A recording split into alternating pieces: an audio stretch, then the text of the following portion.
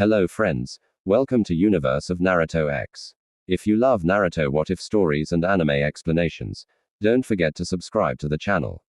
Now let's begin today's story. Begins with two pods each containing a baby's twins Kakarot and Sub being sent to their respective planets. But the twin brother of Goku lands on the elemental nations in a Saiyan spaceship through a time displacement dimensional black hole that happens once in every 20 years while Goku at the same time landed on Earth. Manado seals the fox in Naruto named that by Manado who found him and dies later along with Koza who died and their newly born child who died in the midst of the chaos. Manado leaves instructions on how Naruto is to be treated after the scene. 12 years later, Naruto becomes Genin and dead last of the class looking like Manado because the Kyuubi wanted to make Naruto suffer for what he had been through. Naruto enters Team 7 with Sakura and Sasuke and Kakashi. Kakashi pays more attention to him this time along with his other teammates and one day during the training he introduces Madai to Naruto who immediately took a liking to his fighting style and demanded to be taught in it. Guy accepts and trains Naruto while Kakashi teaches Sasuke and Sakura. Everything up to the fourth Shinobi Wars in canon happens accordingly with Na keeping a tight leash on his skills. Though Manado didn't declare himself as Naruto's father and as an apology to the way he was treated, he left all his skill set available for Na to learn including the Horizon before he faded and Kusha just had a small talk with him before she faded as well leaving some of her knowledge in sealing Nod before thanking him for protecting the village. Naruto also learns Sage Mode, Chakra Gates, and everything he learned in canon, but he also learns a little bit of Kenjutsu, and Jiraiya teaches him sealing Jutsu. Somewhere along the training, Naruto stumbles across his spaceship and sees a picture of a family of 5, 2 twin babies, an 8-year-old. A woman and a male that was backing the camera with a frown on his face. And at the back of the picture, he saw a name written on it, Sub and Koarat. After a talk with the fox, he found out that the baby on the left with a more spiky hair was him. And he guessed that the other baby was his brother, meaning that this was a picture of him and his family. But he had no time to dwell on it. As the war was in full swing, the fourth Shinobi War reached its climax when the Jubi is freed and eliminates all available ninja except the main powerhouses. Na, Obito, and Moa, leaving Moa complete control to the beast. Obito faced Na who ended up beating him after a close fight. And after Naruto destroyed the Jubi with a Senjutsu-powered Bijama with Ma. Unfortunately, in the crossfire, Oido decided to do something about Naruto if he couldn't beat him. So, he used an overpowered Kamui, sending Na into the outskirts of space just as the same black hole appeared again, sucking him to his original timeline. Now, Naruto stands in Namek, helping the Z warriors face the threat of Frieza, who just entered his second transformation stage. Namek, during Goku's healing, immediately after Ginyu Force's death, splash asterisk. A figure fell to the large lake from the sky warped above it. Swimming to the surface of the water, the figure pulled himself off the lake and stood on it as if it was solid ground. And if one were to look closely at his feet, you could see a dim blue aura from the sole of the feet to the toes. The figure stood at an impressive 5 feet 6 wearing the normal uniform of the Konoha as a tribute to the village he was serving and as a testament to his actual ranking in the village he served. He didn't have the tattoo on his shoulder though, but from his figure you could tell that he was a fighter and with the way it was lean speed was one of his strong points. Behind the mask on the person was a head of spiky blonde hair. He reached with his right hand and pulled off the mask from his face before exhaling deeply from the constrictions the mask brought as he fell in the lake. And on each cheek of his face, you could see 3 whisker marks indicating his Toensha status. Opening his sky blue eyes, the figure did a good impression of masking his frustration in the entire situation. But if there was one thing that signified it, it was the scream later. Damn you, Oido. Looking for the closest rock to take out his frustration, he formed a spiral ball on his left hand that was the size of a soccer ball and appeared in a burst of speed in front of the innocent mountain in front of him. Odama Rasengan. He panted as the mountain in front of him was no more before falling down to his knees and screaming once more in anger and rage. Rob. He looked to be exhausted as he fell on his back, looking at the clouds that passed by, but a voice in his head reminded him that he wasn't alone. Are you done? Closing his eyes, the blonde opened them a moment later, standing in a sewer-like area. He looked to see himself staring at an open cage with a big red-orange fox looking at him with a calm expression. Well, the blonde asked the fox with an annoyed expression. Well, what? I'm waiting for you to tell me that I'm a failure, that I couldn't save the entire shinobi race, and so on and so forth. The fox looked at him after the statement was made before forcefully sending the human out of his mindscape, causing him to blink rapidly before focusing his sights. Noticing he was back on the outside, he got up with a sigh and scratched the back of his head and said, "Stupid fox." Wanting to have a feel of the area around him, the blonde sat down in a meditative pose and closed his eyes in concentration, remembering the lesson the elder toad taught him. Sage mode is the result of using natural energy along with a shinobi's normal chakra to drastically empower all of their abilities. For the toad style of sage mode, the gatherer must remain absolutely still in order to be one with nature. To master sage mode, one must remain still and gradually gather the natural energy around him. If you remain unfocused, then the result will be drastic. Well, he wasn't learning sage mode. He was just trying to get a feel of the flow of energies around here. And he found out that this place was filled with life energy more than back home, in fact. But then he noticed some foreign energies fighting, two seeming to be familiar to his own, with one of them being more familiar than the other, while the other three were more outlandish to him, one feeling like a native from this planet, he thought.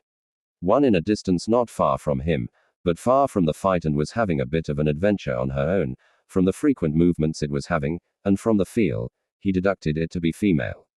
Deciding that it would be wise to confront that one first, he stood up and brought out a tri-prong car. And flicked it with an impressive show of strength towards the single life energy instead of the other five. And feeling the impact his kanai made with the surface, he disappeared in a red-orangish flash of light. With the fighters looking on in rage at the insubordination of one of his soldiers was the alien overlord, Frieza. Calming his rage as he craned his eyes on each of the insects below him. Frieza scratched his chin as he read the readings that were supposed to appear on the scouter only to find none. No readings for the GNU force, he said. So, it's true. He chuckled as he looked at the scared faces of the fighters below him. Congratulations in destroying the most elite fighting team in the universe. My only regret is not being present when GNU died. I'm sure his expression would have been hilarious. He laughed at that, imagining the scene in his brain. Jumping from the edge of the large rock he was on, he landed on a smaller rock below him and started. Let's say we get this thing started. I'm sure you all want to resolve this dispute once and for all. He then floated from the rock and landed in front of the four sacred fighters and looked at the tallest one. I always knew that you would turn on me someday, Vegeta, but I never knew when. He said, now I see that you were waiting for the stakes to get higher before you played your hand, and for that I commend you. After all, it just might have worked. What a pity. Frieza continued and then sighed before he started to walk towards the group, making them backpedal after each step he took. Well, I hope you've thoroughly enjoyed your little rebellion because now it's over. Vegeta growled in defiance as Frieza was finishing his monologue, and now you die. Krillin, Dend, and Gohan flew away, but Vegeta stood his ground, smirking at Frieza arrogantly. It must hurt, right? Vegeta taunted Frieza to have your one chance of immortality snatched away like that. Oh. And guess what, Frieza? I quit. That's right. Let it all out, Frieza calmly said to Vegeta. Live boldly, even if it's for a few minutes, because it will be your last. Frieza said, and crossing his arms over his chest and gathered his energy with a scream. A blue aura started to appear around Frieza as the earth around him started to shake with gravels rising up. As he was building up his energy, Krillin, Gohan, and Dend looked on in fear at the rise in power. And it was only the beginning. The planet began to shake moments later, causing Dend to fall on his butt at the quake. Meanwhile, flying as fast as he can, the newly reanimated Piccolo was flying as fast he could to the danger, and he felt the energy build up. Whoa, that's one heck of a power increase, Piccolo thought. I can tell the action is definitely getting ready to start. Flying over some different plots of land ranging in sizes, Piccolo spotted a fading energy, and his eyes glanced to the source and he flew towards the direction. He landed next to the dying body, and he noticed that it looked similar to him. Nail was grunting in pain after the attack from Frieza as he laid on the floor, dying, thinking of how he failed Guru. However, Hope blossomed in his chest as he felt the presence of a powerful Neomchian flying his way. Before landing beside him, "He looks like me," Piccolo pointed out as he observed the dying Neomchian. "Could be worse, I guess, but he has definitely seen better days." "Yeah, you can say that again. What a drag, huh?" Nail said as he was on the ground as Piccolo looked down at him. "Oh, it's you. So, the Earthlings got to make their wish, huh? Well, if you know me, then you know that we're out of time." Piccolo said to Nail, "I'm sure we'd never met before, but I'm glad your beating sure hasn't made you lose your sense of humor." Nail painfully laughed as Piccolo pointed that out. But as he turned to leave with parting words, Nail called out to his retreating back. "I can sense your great power," Nil said. "I just don't think it's going to be enough." "Well, see," Piccolo said as he turned around again. "If only you had come back as your original self, you would have beaten Frieza for sure." "What?" Piccolo demanded. "I fought him. I know how strong he is. So, if it united with Kami, then I would have had the energy I needed to face him." Piccolo mused. "I'm sure he's laughing so hard we can hear him all the way from Earth." "Nobody wants you to win as much as Kami does," Nail painfully said. "His survival depends on it. It's too late then. Even if it wasn't, I wouldn't want to unite with an old geezer." Piccolo said, "We'll unite with me then."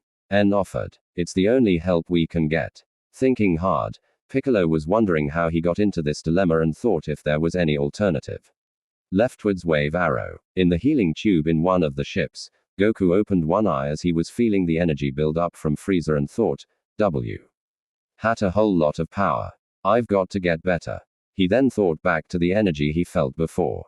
Who was that just appeared? And why does he feel so familiar?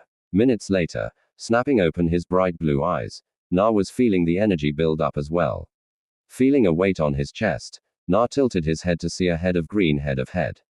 Thinking back as to how this happened, he recalled coming to the aid of Bulma as she was running from creatures threatening to eat her.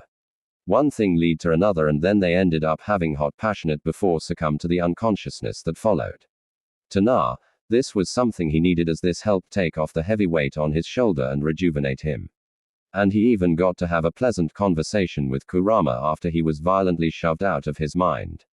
Losing everybody he cared about caused him to feel a depression that he hadn't felt before. Then the rage he felt at Oido's laughing face was nearly drove him over the edge, and it was something. Naruto was ashamed at his reaction. He guessed he had to thank Bulma for that. He also found out what was happening here and he guessed that the team needed his help. So, he got up from the bed that they were both on. After taking a well-needed shower, Na got out of the bathroom to meet a sleeping Bulma who was still cuddling on the pillow he was previously lying on. Donning on his sage outfit with the red cloak, Naruto got to his scroll and unsealed it, revealing black shinobi fingerless gloves that Guy Sensei Got him. He placed them on and remembered to poke a hole on the butt of his pants, making room for his tail. He can now freely reveal. But unfortunately, the sage cloak covered it, so he wrapped it around his waist like a belt. Walking to the door of the house, Naruto heard a noise and turned to see Bulma waking up, rubbing her eyes. "Where are you going?" she asked, trying to get the sleep off her eyes, looking at her new friend, lover. "To end this threat before it's too late," Na seriously said, looking at his one-time bedmate, referring to the feeling of power he felt and the amount of malice behind it. "Yan, make sure you make it back to me." "All right," Bulma said to Na before she got back to sleep, not waiting for a response. Na smiled and created a shadow clone and ordered it to guard her before he walked to the outside, feeling the breeze as it blew his face and took a deep breath.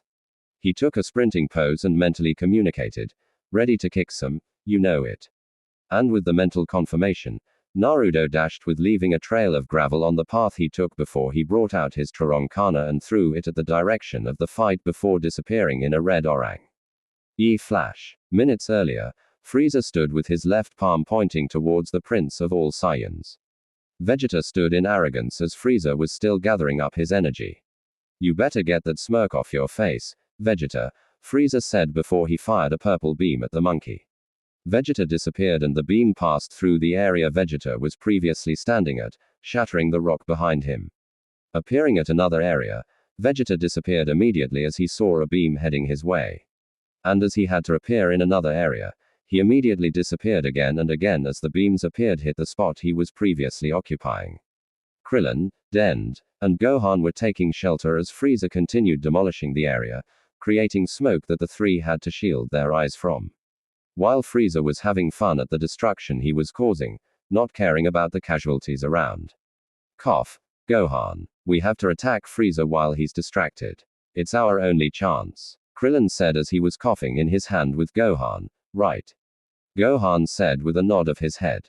Frieza was still distracted and couldn't feel the energy of Krillin and Gohan as they snuck up on him.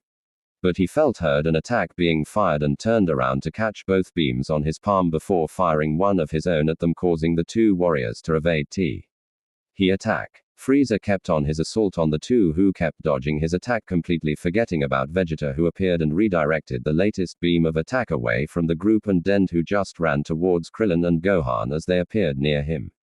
Vegeta stood with his clenched fist stretched, shaking and emitting threads of smoke from the latest redirection, while Frieza stood amused at what he just saw. He's so strong. I don't think we can win, Krillin frightfully stated with his knees shaking. What are we going to do? An equally frightened Gohan asked his friend. I don't know. Well, I do, Frieza answered. You can just stand still and watch as I kill each and every one of you one by one, and I assure you it won't be pretty. Nonsense, Vegeta suddenly said. Our chances of winning are just as good as yours are. Oh. Looky here. Vegeta suddenly grew a backbone that's about to break. Frieza said, chuckling at the end of that statement. That's right. Laugh it up and make sure not to notice the change in each of us, because I'm sure that when or if you do, you would have noticed the increase in each of our power levels. Vegeta said to Frieza, who was curious looking back at Vegeta with an eyebrow raised. Even the child you see over there, Vegeta continued as he glanced to Gohan, who was shocked at the declaration. He's nearly as strong as I was when I arrived their planet the first time, and that alone is shocking. But wait, there's more, Vegeta said, holding out his finger. And then he pointed at himself. I have become your worst nightmare, Frieza. The thing that caused you to destroy my planet and my people. That's right, I have become a Super Saiyan. Really? Frieza asked, not really surprised at the bluff Vegeta just made. Well, then let's see it. Let's see your incredible power that's bound to make me quiver in fear. As he said that, he took a step and rushed towards Vegeta with a yell before throwing a punch, which Vegeta deflected before he grabbed Frieza's arm. But Frieza didn't let that stop him as he threw another punch with his other fist only. Vegeta caught it again. Both started to build their energy as a blue aura started to appear around them. The other three watched in fear as the two titans started the fight. Vegeta was struggling to keep up with Frieza's power level while Frieza just kept on increasing his energy. Both energies were so potent, they even created a crater below them with the ground below them shaking, creating many quakes. The release of energy was so great that the scouter on Frieza's eye couldn't keep up and causing it to explode, surprising Frieza, who stopped the brief build-up they both were. Having before both flew out of the crater, looking at each other on opposite ends. Isn't that cute? Little Vegeta's all grown up. Frieza taunted the panting prince.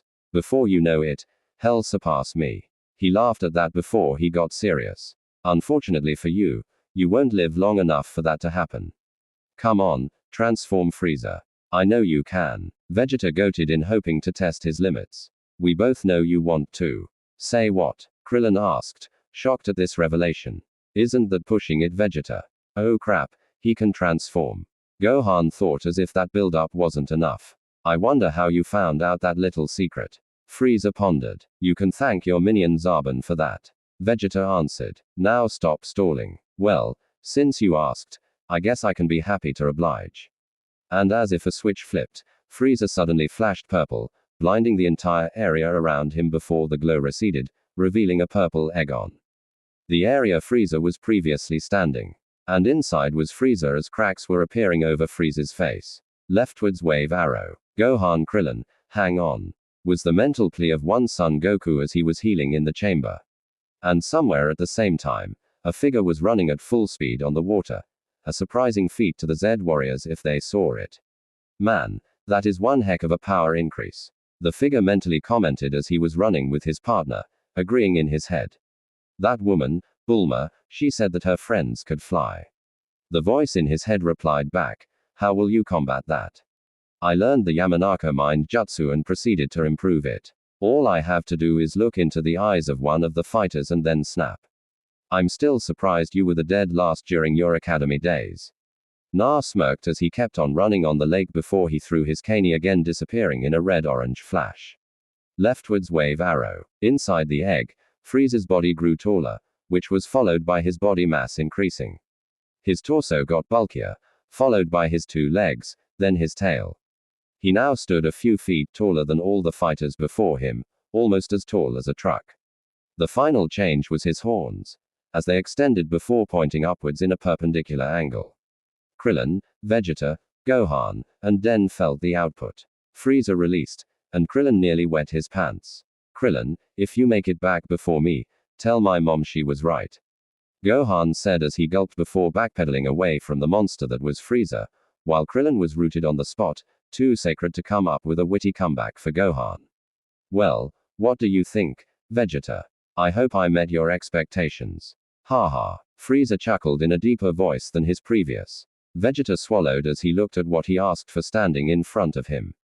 He was now regretting opening his big mouth. What's the matter, Vegeta? I thought you said you could handle me in this form. Frieza said, stalking towards the trembling prince. You've suddenly run out of bold threats, but no matter. It's time to end this. Following that statement, Frieza's tail dug underground before it moved to stab Krillin, who moved out of the way immediately. But the tail turned into a whip and lashed the group, but they luckily evaded the strike. The tail retracted back to Frieza and Gohan watched amazed. Wow, he said. You like that? Ha. Then you'll definitely like this little info I'm about to share with you. Frieza said, and then looked at Vegeta. I'm sure if you had your scouter, you would have spotted that my fighting power is well over 1 million. What? Vegeta demanded. I am possible. Gohan said, it's true. Here. Let me show you. Frieza raised his palm over his face and smirked with a single shrug of his shoulder.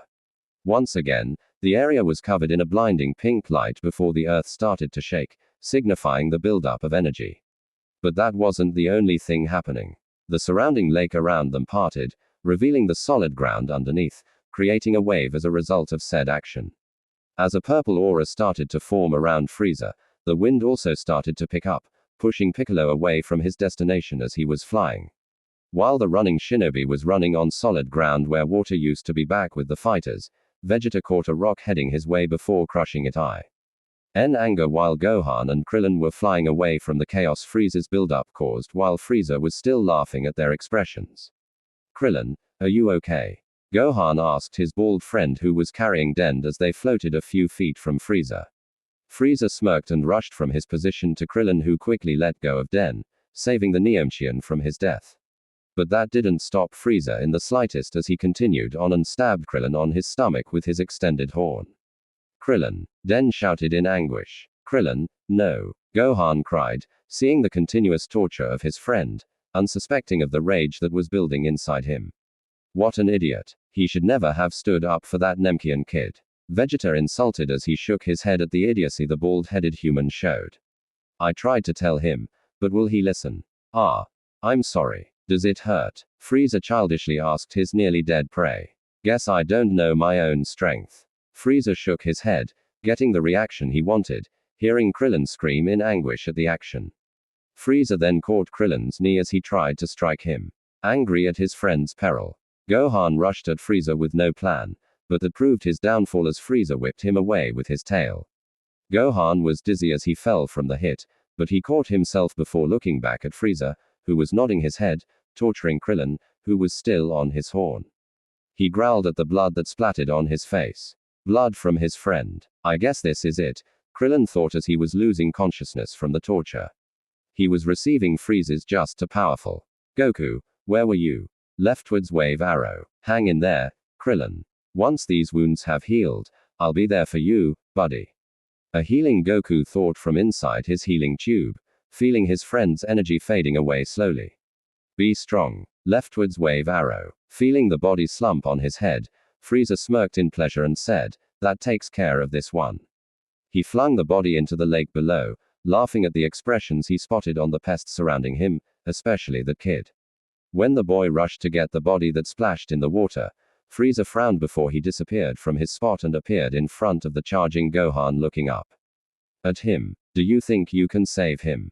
Frieza asked a sacred Gohan. How cute. Growling, Gohan glanced at the drowning body in the lake before he shifted his attention back to Frieza, who chuckled some more. He does that a lot. Might I suggest that you start worrying about yourself? Frieza asked. I wonder who I should kill next. His eyes roamed over to Dend. Will it be you? It then roamed over to Gohan. Are you before it roamed to Vegeta, or will you do? Vegeta growled at Frieza before he felt the spark of power from Gohan and looked at him in surprise. You, Gohan snarled, animal rushing at Frieza with an unexpected burst of strength. Gohan gave the Overlord a powerful kick to the side of his face, sending him flying back before rushing behind Frieza, punching his stomach with the same strength he used from before, making Frieza spit blood much to his surprise.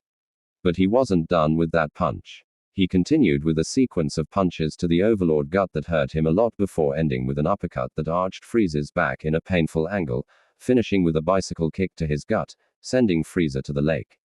Surprised at the attack and the amount of damage caused to him, Frieza looked back at the kid only to see a yellow beam of energy heading towards him.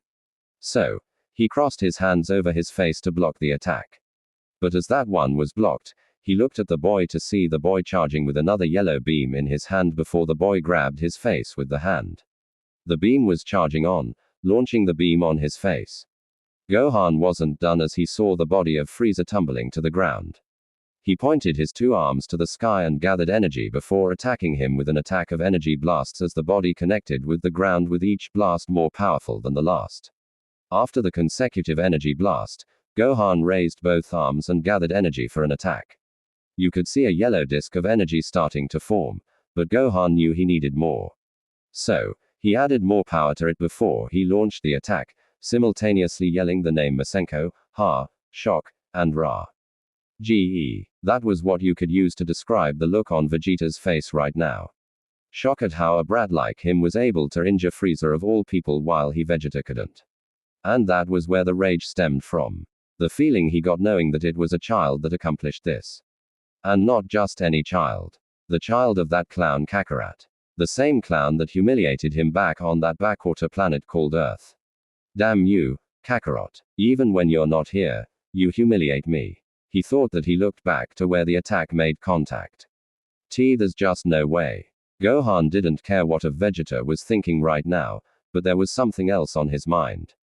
Krillin, as he moved to get the body of his friend, he was a bit relieved that the Neomshian child had rescued his friend. If seeing him and Krillin appearing at the surface of the water was any indication, we don't have time to worry about him. Vegeta said, if you think you've finished off Frieza, just look. Surprised by that statement, Gohan looked down to the body of Frieza to see it standing up before Frieza dusted the sand off himself. Glancing at Gohan, he smirked, my turn. He simply said before appearing in front of Gohan. But remember, every hit I was given, I will return it back tenfold. Gohan didn't have time to run as he was kicked on the head hard by Frieza, sending him rocketing downwards. But Frieza didn't stop there as he followed up with a kick to his gut as he before sending him down to earth hard with a final kick to the skull, making Gohan scream in pain as he landed on the ground from the assault. Seeing his opportunity, Vegeta charged up a beam of energy and appeared behind Frieza, who was looking at the downed body of Gohan. Never turn your back on your enemy, he said before he launched his attack at Frieza. Garlet gun. Frieza shivered in irritation as Vegeta's attack hit him. He frowned when the smoke died down and tilted his head back to a shocked Vegeta who noticed that his attack had zero effect on damaging him and said that tickled. He then turned back to Gohan who was on the ground while still addressing Vegeta. Unfortunately for you, Vegeta, I am rather preoccupied right now, so why don't you be patient a bit? Vegeta watched as Frieza floated down to the ground where Gohan was laying down before landing beside the child. Gohan seemed to have sensed his presence because he got up and tried to rush Frieza only to meet the floor with Frieza's foot on his face. He felt relieved when Frieza released his foot from his Gohan face, but that relief was short-lived as he screamed in pain as his spine was nearly crushed by the same foot that was on Gohan's face. Frieza then moved to place his feet on Gohan's face once more, silencing his screams. You have a long way to go before you can even hope to be my equal. Really? Then from what I've seen, you must be really weak to take a hit from a kid. A voice said cheekily, making Frieza frown and look around for the source of the voice. Either you come out or the get his first-hand experience on lobtomization. Frieza threatened. The voice was silent before Frieza tilted his head, dodging a kunai that was heading straight for him and said, "If that's the best you got, then I think fighting you would be pointless." "Yeah, only you would think that," the voice said from behind him, causing Frieza's eyes to widen at the sound before he turned around only to meet the face of a smirking blonde holding a blue spinning orb as large as the Echian Dragon Ball in his right hand. "Rengen, even I know that isn't enough to take you down," the blonde known as Uzumaki Naruto said as he stared at the crater created from the aftermath of his technique.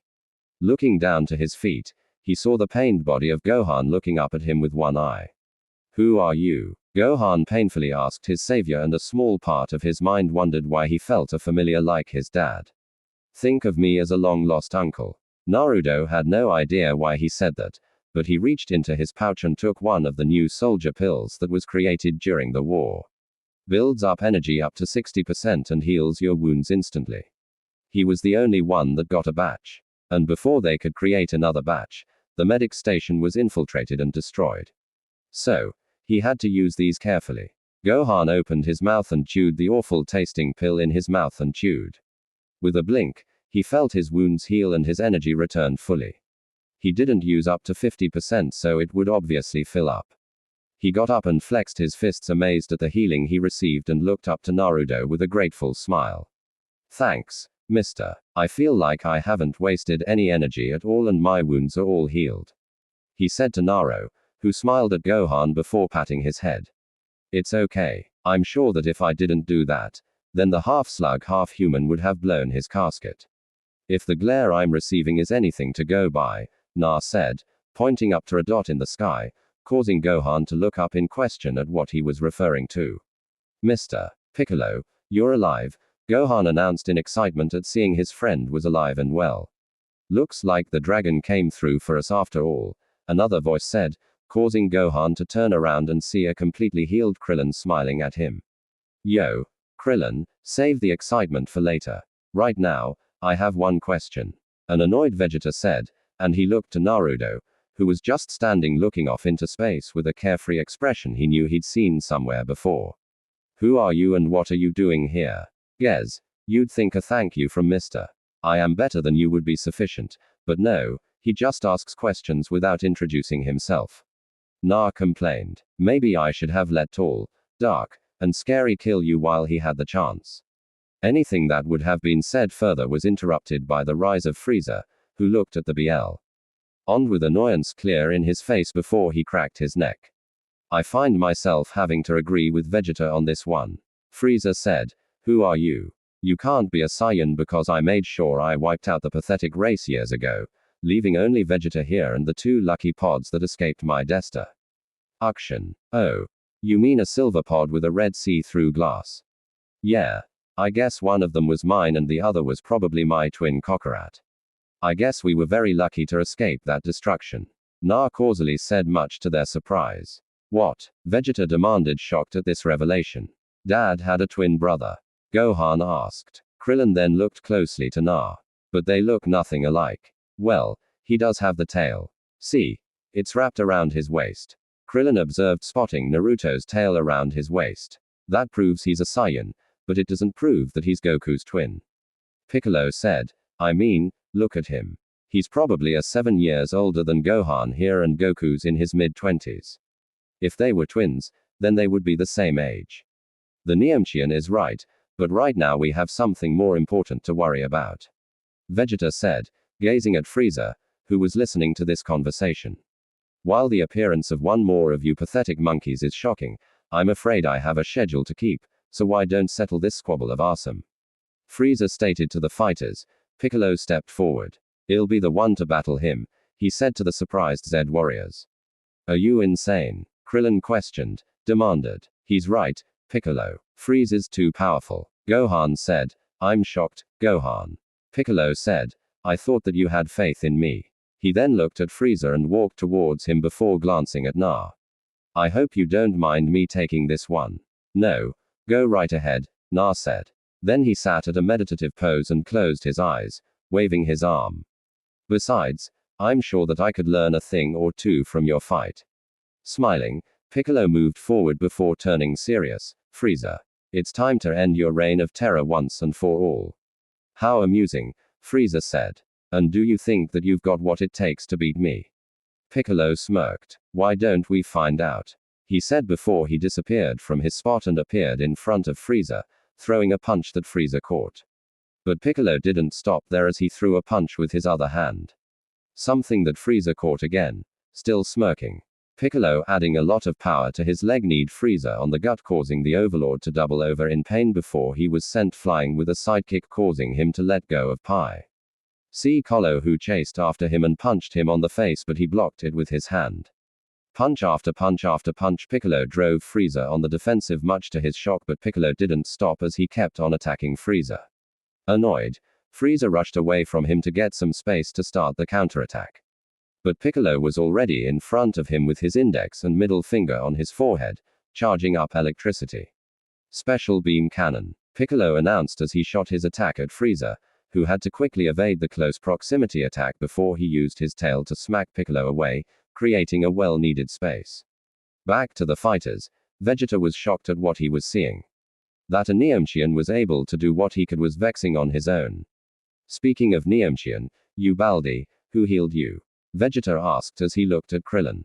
Have you been holding back on us? What are you talking about? Krillin replied, if I had known that Dend could heal this quickly, don't you think we would have healed Goku already? Dend, Vegeta pondered. And then in a sudden bout of realization, he looked at the small Neomchian child who was trying to make himself invisible.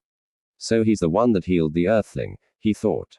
Then a plan formed in his mind. I'll get Baldi here to critically damage me to an inch of my life, then order the small Neomchian to heal me, thus increasing my chances of becoming a Super Saiyan. Unaware of what Vegeta was thinking, Gohan was watching the fight between Piccolo and Frieza, trying to keep up with them as they were moving faster than the eyes. It was only the shock wave that was created in the aftermath of their punches. Oh wow, Piccolo is keeping up with Frieza. Gohan said, transfixed at the fight above him. No, he's not. Frieza's holding back, Vegeta said, shocking those around him except Naruto, who knew that as well. So, what do you think our chances are? Na mentally asked Kurama, who shrugged in his mind. Let's see. You got Chakra Gates, Sage Mode, and Golden Chakra Mode versions 1 through 3. Then there's the fusion of that and Sage Mode. I think we can handle him. Kurama replied. Luckily, you can keep up with him in Taijutsu. Thanks to that spandex wearing Junin, but then you'll have to learn how to fly. Yeah, about that. Na thought back. Isn't there a way you can just implant the skill to my mind? I'm sure you live thousands of years to see at least one or more people fly and learn their secret. What happened to the idea you spoke of earlier? Single quote. ... I lied. Oh. For the love of fine, I'll help you with this, but rest assured, if you lie to me again, you'll have nightmares. Oh. F that spandex wearing Chunin and his sensei in their birthday suits. Are we clear, Crystal? A scared Na replied, knowing that what his friend was saying is true. He was snapped out of his conversation when a body crashed the mountain in front of him. Looking up, he saw Frieza setting his sights on the destroyed mountain diagonally below him before he disappeared and appeared in the destruction and started to fire blasts at the immobile body. He was sure that Piccolo was taunting him. Panting before jumping back, Frieza admired his work, seeing the smoke below him before turning to face the rest of the fighters, more specifically Naruto, who was meditating. So, who's next? He asked, but a voice spoke, shocking him completely as he made sure that the owner was dead. If that's the best you've got, then I'm really disappointed. Looking behind him, seeing the smoke clear behind him, he frowned at the figure that floated there. Piccolo removed his tattered clothes and they dropped to the ground below him with a heavy thud before he creaked his neck and knuckles and looked up to Frieza. I don't really have all day, Frieza. So, why don't we wrap this up? Piccolo asked before taking his fighting stance. You disgust me, Frieza simply said before they both clashed fists again, but with a burst of angry energy. Piccolo's punch finally connected to Frieza's face before sending a kick to his gut and then giving him a sequence of punches and kicks that all connected, with each being more powerful than the last. This suddenly turned one-sided fight was so brutal, and the level of it even surprised the Saiyan Prince, who was suddenly starting to believe that they might have a chance to win this fight. Piccolo himself was confident in his victory to the match, as he was currently giving Frieza a very powerful pile driver that created a large crater on the ground, and he was sure it would knock him out completely. But just to make sure, he placed his left palm over the back of his right palm and charged his energy. Masenko Hara yellow beam shot towards the crater, and it suddenly was covered in a dome of energy, destroying everything within its radius before the dome died out completely. He actually did it, Vegeta whispered before glancing at the excited-looking Gohan and Krillin. Now all I have to do is get rid of these two and maybe. He then glanced at the still meditating Na, who frowned before opening his eyes, looking to where Frieza's body currently was. Annoyance and a lot of it coming from that direction. Na said, using his emotion sensing ability, and for any emotion to come out of that destruction, it would mean that Frieza is still alive. Piccolo completed before he got frustrated. What does an Amchian have to do? Rightwards two-headed arrow, rightwards squiggle arrow, leftwards squiggle arrow, leftwards two-headed arrow. Meanwhile, in the healing tube, Goku frowned. Man, Frieza's power level dropped seriously. Whoever beat him sure is strong. Rightwards two-headed arrow, rightwards squiggle arrow, leftwards squiggle arrow, leftwards two-headed arrow. King Kai was focusing on the fight below, using his antennas to record it, and he was surprised at what he witnessed and voiced out his thoughts. I don't know how he did it, but it seems that Piccolo got stronger as he arrived. Namek, does that mean he can beat Frieza? Yamcha, one of the humans on the planet they currently were on, asked King Kai, who shook his head. No matter how strong he gets, he will never be able to beat Frieza. Damn it, that means we're stuck here, Yong Sha said to the gang. Tien and Xiaosu looked at King Kai with an expectant look before Tien spoke. Let's just hope Goku recovers on time and beats Frieza once and for all. Rightwards two-headed arrow, rightwards squiggle arrow, leftwards squiggle arrow, leftwards two-headed arrow. I know you weren't here before, but I think it's okay to let you know that can transform 3 more times with each ONE being more powerful than the last. Frieza said to Piccolo, who scoffed. I'll believe it when I see it, he said to Frieza, who chuckled at the bravery shown by the Nekian. Well then, I hope I make an impression on you, Frieza said. Then he separated his hands and started to gather his energy as he was encased in a pink aura. Vegeta was once again starting to consider what kind of idiots he was working with, because they just keep goating the one being that is more powerful than any of them. And seeing him transform again, well, he's starting to reconsider his options.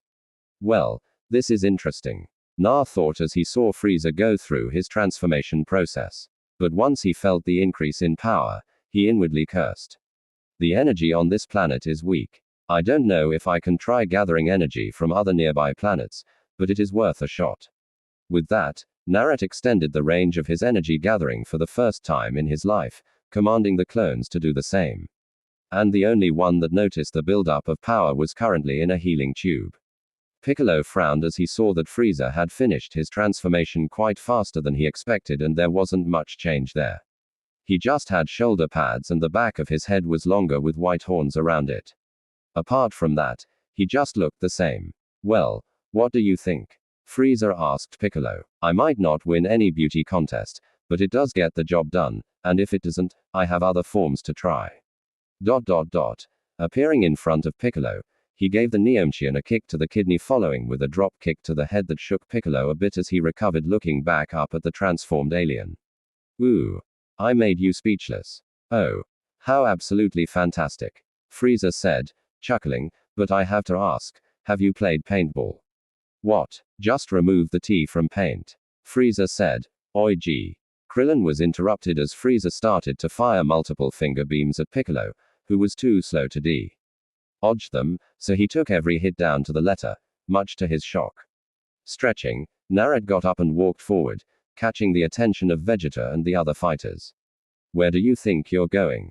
Vegeta asked him. Can't you see he's unbeatable? If you step in, you will fall. Oh.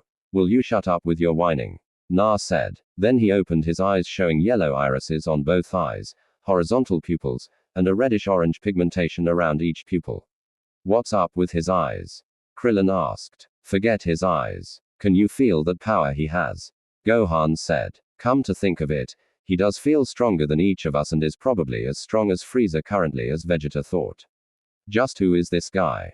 In a flash of yellow light that temporarily blinded the fighters, Na appeared behind Frieza before giving him a roundhouse kick to the head, saving Piccolo from any more damage. You all right? Na asked the Neomchian, who grunted an answer before he dropped down next to Den, who proceeded to heal him.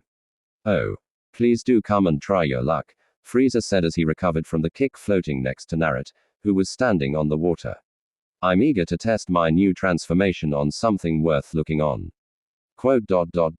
Na just kept silent before disappearing in a yellow flash and appearing behind Frieza with his fists clenched and backwards before he threw the first punch, catching Frieza by surprise at the speed of the entire motion before he was sent flying from Naruto, who chased after the flying body and delivered an upwards kick, sending Frieza hurtling to the sky, where he flashed above him, giving the Overlord a dropkick, sending Frieza back down to the earth.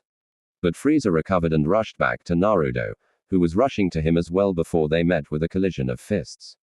Like with Piccolo's battle, shock waves could be seen in the space that the two previously were. But unlike Piccolo's battle, the shock waves were larger and pushed the remaining fighters back from the force of each meeting point of Naruto and Frieza's flesh. Down on the earth, Den finished healing Piccolo, who got up and thanked the young Neomchian before he flew to where Krillin, Gohan, and Vegeta were floating. What's up? Piccolo asked that Naruto guy has Frieza on the ropes. Krillin said, and in his third form, we might actually win this. An excited and relieved Gohan said to the group while Vegeta scoffed at the thought. Isn't that what you said when the Neomchian over here was fighting Frieza before? Vegeta said as he thumbed at Piccolo, who scoffed, well, yeah, but unlike Piccolo, he can actually face Frieza in his third form. Krillin countered. It's only a matter of time before he falls to Frieza Saiyan or not. Vegeta said to Krillin. And that's where I'll swoop in and save the day. How? Gohan asked Vegeta, who smirked at the preteen. As he replied, by killing me within an inch of my life so that the kid over there could then heal me, thus making me able to match Frieza in terms of strength. Yeah. Like we're going to let you become stronger than you already are. Piccolo said as he scoffed at the idea while Vegeta huffed and folded his arms over his shoulders. It's the best idea we've got. Yeah, right, Piccolo said before he and the others shifted their attention back to the fight. Rightwards two-headed arrow, rightwards squiggle arrow, leftwards squiggle arrow, leftwards two-headed arrow, single quote. Single quote. The tube that was healing Goku was at 95%, which was unknown to said Saiyan who was currently in said tube.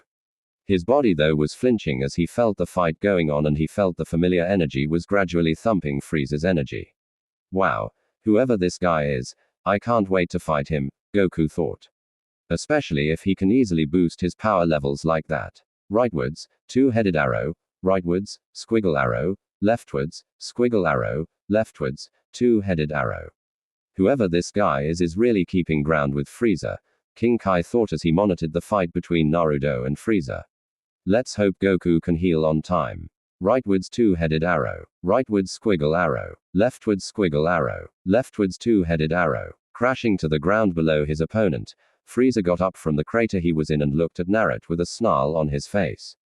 Enough, Frieza ordered as he gathered his energy. This has gone on long enough. It is time you all learned absolute obedience. With an explosion of power, everyone was blinded with yet another pink light. And within the light, changes were taking place on Frieza as he was shrinking in size. Another thing that occurred was the smoothening of his skin as it's covered with a thin white outer shell with an oval purple plate from his to the place where his belly button would be. His shoulder pads turned purple as well as his forehead and back head. Opening his eyes after the light died down, Frieza looked at Naruto, who was looking at him with confusion before said Saiyan was sent flying by a punch from Frieza that knocked the Sage mode out of him. But Frieza didn't stop there. As he appeared where Naruto was going to land and used his knee to smash his face in very hard, you could hear the bones break. And that was saying something. Using his tail, Frieza picked up Naruto by his neck before squeezing it and punching his stomach, causing Naruto to spit out blood on his face. And seeing this, He continued the torment until the body he was holding was limp.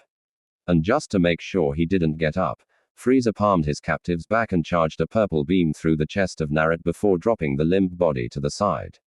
As he started bleeding out, he threw it to the side before looking at the others that were looking back at him in fear. He disappeared and appeared behind Vegeta before stabbing the shocked and scared Saiyan through the chest with his hand before he removed it and wiped it on the Saiyan prince's back. As he fell down. That's 2 monkeys down and a couple more annoyances to go, Frieza said, looking at the 3 midgets that were trembling in fear while Piccolo hid his emotions very well. He then looked at Gohan before firing a beam straight towards him, or so they thought. Den pushed Gohan away from the beam, but that action was not without a price, and the price was the life of the young Niemchian. It was at that moment something snapped in Gohan, who with a scream charged at Frieza. But before he could go any further, he was stopped by the arrival of his dad, who stood in his front. Daddy Gohan called out in excitement and relief as Goku arrived in the scene, looking at the dead body, spotting the dead body of Vegeta and the unconscious body of Naruto, whom he guessed was the cow. Shay of the familiar energy. Gohan, are you all right? He asked his son, who nodded his confirmation before the full Saiyan turned to Frieza. Good. Now, who is that on the ground a few feet away from Vegeta? He said he is your twin dad. Gohan said, but apart from Raditz, I didn't know you had another brother.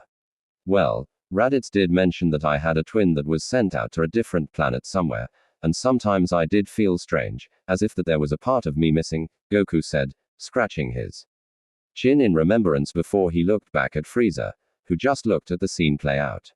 Well, I, for one, am glad to rid the world of useless monkeys, even if they're related to you. Frieza griped out, but Goku ignored him as with a mere glare, he created 2 holes on the ground big enough to bury bodies and picked up Naruto's body first. Thank you for helping defend my friend and family. Goku thanked Naruto as he placed his body in the ground before he filled it with sand. I'm sure if the situation were different, I would have gotten to know the brother I never had, unlike someone else. I have the displeasure of mentioning. After he finished burying the dead body of Na, he did the same to Vegeta while he prayed for both of them before he looked back at Frieza with a glare. So, you must be Frieza, Goku stated blandly to the alien overlord, who looked at him with a frown. Yes, I am. And who are you? Goku got into his fighting stance, prompting Frieza to do the same while he replied the question asked, I am your end. And both met in a fury of fists, beginning round 3 of the greatest fight known to the Z warriors. Rightwards, 2-headed arrow. Rightwards squiggle arrow. Leftwards squiggle arrow. Leftwards 2-headed arrow. Purple eyes snapped open in eternal darkness before his vision cleared to see himself in a reflection. This figure was masculine with a brown tail and black spiky hair, spikier than Goku and Vegeta, that ended at his shoulder blades. Some bangs of his hair rested on his shoulder, and if there was something else the figure noticed, it was that he was Eep. He desperately tried to cover himself, but he couldn't with no form of clothing available for light years. And he frowned at the chuckle he heard before looking up and seeing an ominous figure looking down at him. Subson, or should I call you Naruto Uzumaki? He heard the figure ask and frowned. If he was Na, wouldn't his hair be blonde when he suddenly remembered that the fox said that from birth he was under a modified illusion that was unbreakable? Who are you? Na asked, and to his confusion, he heard hisses and whispers something about disrespect or whatnot. I am the creator of all things, the figure said. While normally you would have ended up in a check-in station of King Wayama, I feel that it is best I intervene. Okay, then answer me this. Na said, am I dead? No, you aren't. The figure said, you are in what is called eternal limbo, the gap in between life and death. Well, what's there to decide? I mean, with after everything I've been through, I feel like I have nothing to live for. Are you sure? The figure said, and with a snap of his fingers, Naruto saw the fight between Goku and Frieza, where Goku was finding it difficult to hold his own against a 50% full power Frieza. Then the image switched to a scared Bulma who was hanging for her life at the edge of a cliff for a reason he didn't quite catch. Okay, but why show me an image of Bulma? Na asked, confused at that. I mean, we just met, so I hardly see. Did you remember to use protection? The figure asked. Na blankly stared at the image of Bulma before connecting the dots. Underscore underscore, underscore underscore, indeed. The figure chuckled. But don't be disappointed. The joys of fatherhood can change a man even if said man is you. Okay, so I'm a dad, Na said. But I don't even know if I want to be one after the life I've led. Just give it a chance, the figure said. Besides, I'm quite sure that she won't be the only female that would birth your offspring. Great. Spoil the future for me, won't you? Then Na came to a sudden realization. Hey, if you're the creator of all things, then is it possible to see either my mom or dad here? Na asked with hope in his voice. With sadness, the figure replied, I am sorry. I cannot do that because both are currently alive but are far apart from each other. The figure said, but before Naruto could say anything, like you, your father has gone back in time to an age where he is needed. Your mom is currently working for a female empress or so. A dejected Naruto sighed before he stood straight, having made the decision, well, I guess eventually I will meet my mom. Though my dad, I am not sure. It is through him that the legend known as the Super Saiyan is born. So while you won't meet your dad, you would meet his legacy and your brother and later you. That counts for something, Na said before looking up to the sky. Well, I think it's time I got back to Earth so that I can help my brother. Oh, and just before you go, I managed to give you a little gift that you would come to appreciate later, the figure said.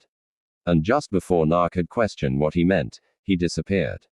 Just as Goku raised his arms to the sky at the grave of Na, a hand emerged from the burial site before another followed with the body pulling itself up. Naruto shook the dirt of his head before getting up and tapping the dirt out of his shirt and cloak with his gloved hand before flexing it, feeling way stronger than he was before, and he was surprised at the sudden influx of information he received. So that's what he meant by gifts.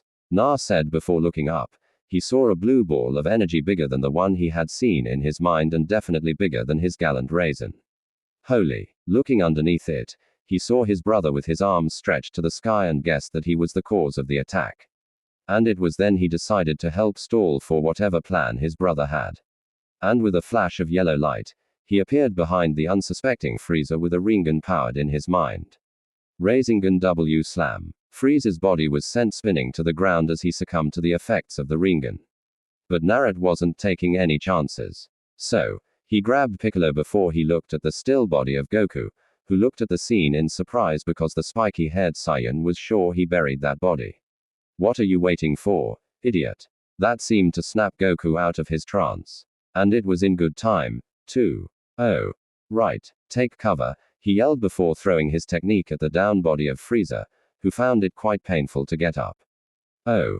Crap, Frieza said as he looked up after noticing a shadow befall him. And it was just as Goku yelled the name of his technique he saw black. Spirit Bomb Kurama. Time to show them what the both of us can do. Naruto thought back, expecting a response from his partner. Weird. He received none. But now wasn't the time. As he placed his hands in the ram seal, expecting himself to feel the familiar warmness of his chakra cloak. But as he opened his eyes, it was not what he saw. He was instead surrounded in an orange flamel-like aura, seemingly building up more energy than he wanted, and not knowing that his build-up was complete. He wanted it to stop completely. So, he released the energy and similarly to Goku. But he got a reaction he didn't want and it was instead released in the form of an explosion which was followed by an orange light and once that died down, the onlookers were confused and surprised at what they saw.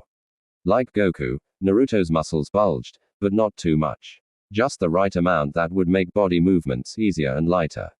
But that wasn't the only thing they saw. Naruto's hair that was brown before was back to blonde. Only this time where Goku's hair was standing straight up, Naruto's hair remained down, which was an indicator that he wasn't in the same state as Goku. Another indicator was the two horns that formed from his hairs that symbolized something to Na but not to others. And the third thing were the seals that were on Naruto's arms, chest, torso, and trousers. The seals he gets in Tailed Beast Chakra mode. The ones on his skin faded seconds later, but not his trousers. And as Naruto looked up with his eyes, instead of the emerald green that Goku had, red eyes with a cross-shaped pupil were found back staring back at them. This isn't what I was expecting. Na said, hey, Kurama, are you there? Kurama Fox. Na tried to call out his partner, but he received no response as to what happened with their transformation. But then he remembered, is this one of the GIFTs I was left with? If it's at the cost of losing my friend, then I don't want it. Na knew that he couldn't get rid of it now, so he had to make do with what he had. Another thing he noticed was the nearly depleted chakra he had. It's like almost all my chakra drained. What happened? Though he was shocked at how amazingly strong he felt, but he then recalled he was in the middle of something. Looking to his left, he saw Goku looking at him in curiosity, though he could still sense the anger that his twin released. And then turning his head to Frieza, he was satisfied to say that the Overlord looked ready to soil his pants. This is going to be easier than I originally thought. Na thought with a grin on his face as he looked at Frieza. Gohan, take Piccolo, find Bulma and get back to the ship. Goku ordered his surprised son, who looked back at him, not quite expecting this rational side of his dad. But what about you? Gohan asked, concerned about this decision. If Piccolo dies, then all this was pointless. Goku rationalized before glaring at his son. Take Piccolo and leave now. Oh wow, Gohan said, that's surprisingly well thought out for you. Gohan, where should you be right now? Goku calmly interrupted. The ship. Okay, a sacred, Gohan said before picking up the body of Piccolo and flying away from the fight. Frieza saw this and chuckled.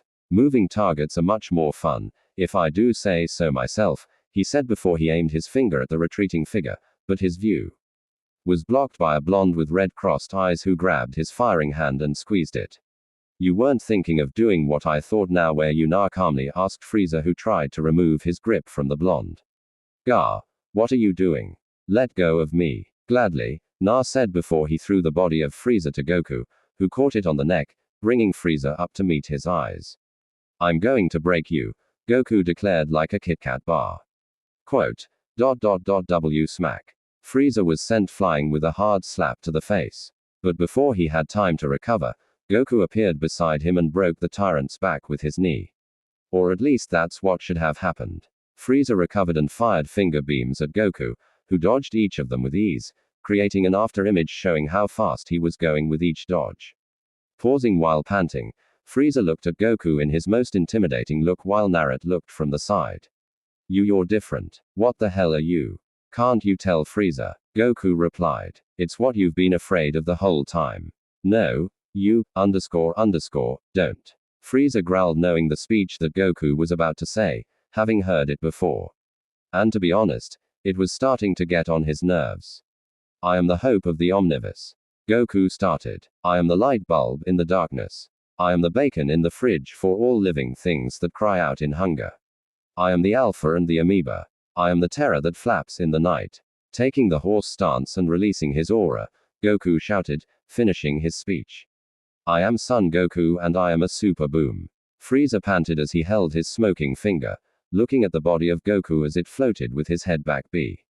Before Goku recovered and looked at the tyrant with a smirk, causing him to growl some more in rage. Quote. Saying Goku simply finished as if nothing interrupted his speech. Rightwards two-headed arrow, rightwards squiggle arrow, leftwards squiggle arrow. Leftwards two-headed arrow. On King Kai's planet, watching the proceedings with a shocked face was King Kai himself, something that Yamcha noticed, and out of concern he asked, is everything all right in Namek? King Kai looked at Yamcha and replied, you know, you could always grab my shoulder and watch. Yeah, but you kind of smell. That's just my natural musk. King Kai hastily replied to Yamcha. King Kai, do you hear me? A voice telepathically asked the Kai, who looked up in surprise and replied, oh, hey Kami, how's everything coming along? I've sent of Mr. Popo to collect the Dragon Balls like you asked. Kami said to King Kai, who smiled. Good, the whole plan is coming together. I don't think you told us your plan. Yongsha said, I don't have to tell you everything. I don't have to tell you anything. And that just about sums up our time spent here. Tien said to the group while King Kai grunted an affirmative. Rightwards, two-headed arrow, rightwards, squiggle arrow, leftwards, squiggle, arrow, leftwards, two-headed arrow. Spotting what he was looking for in the distance, Gohan sighed. At least we made it here in one piece. Entering through the door of the ship that he and Bulma arrived in, Gohan sat Piccolo down and looked at him in sadness. See, Mr. Piccolo, we're halfway home. Well, Sort of. Gohan paused before he stood up. Just don't bleed out on me. Okay. And with that, the half Saiyan flew to find his female friend so they can get the hell out of here once his dad and Naruto beat Frieza. Rightwards, two-headed arrow. Rightwards, squiggle arrow. Leftwards, squiggle, arrow. Leftwards, two-headed arrow. I have to admit this is new for you monkeys. Frieza complimented to both Na and Goku as he got his bearings, but a monkey is still a monkey and I have killed plenty in my days. Millions. Literally millions. Me. You win some, you lose some, Na said with a shrug, nod new to the tyrant game, having faced one known as Obitoha. But that doesn't mean that we will let you get away with the terror you've caused. So, you think now that you're this so-called Super Saiyan that you're both better than me, Lord Frieza. Frieza goated in his anger, waiting for a small mistake from the two. Well, you're not. I own you both. I own your planet. I own this planet. Then, Frieza had an idea and pointed to the sky. In fact, this planet. A death ball formed too fast for Na or Goku's liking, and before they could do anything, Frieza threw the ball straight through the core of the planet, causing a planet-scale explosion. Rightwards two-headed arrow. Rightwards squiggle arrow. Leftwards squiggle arrow. Leftwards two-headed arrow. No, no, no, son of a, arc. King Kai, where does he just witness the destruction of planet Namek? What's wrong, King Kai?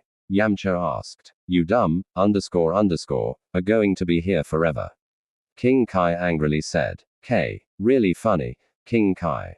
Tien said, chuckling at the obvious joke, but then he saw that the Kai wasn't laughing. Oh god, you're serious. I had this whole plan ready to go, King Kai explained.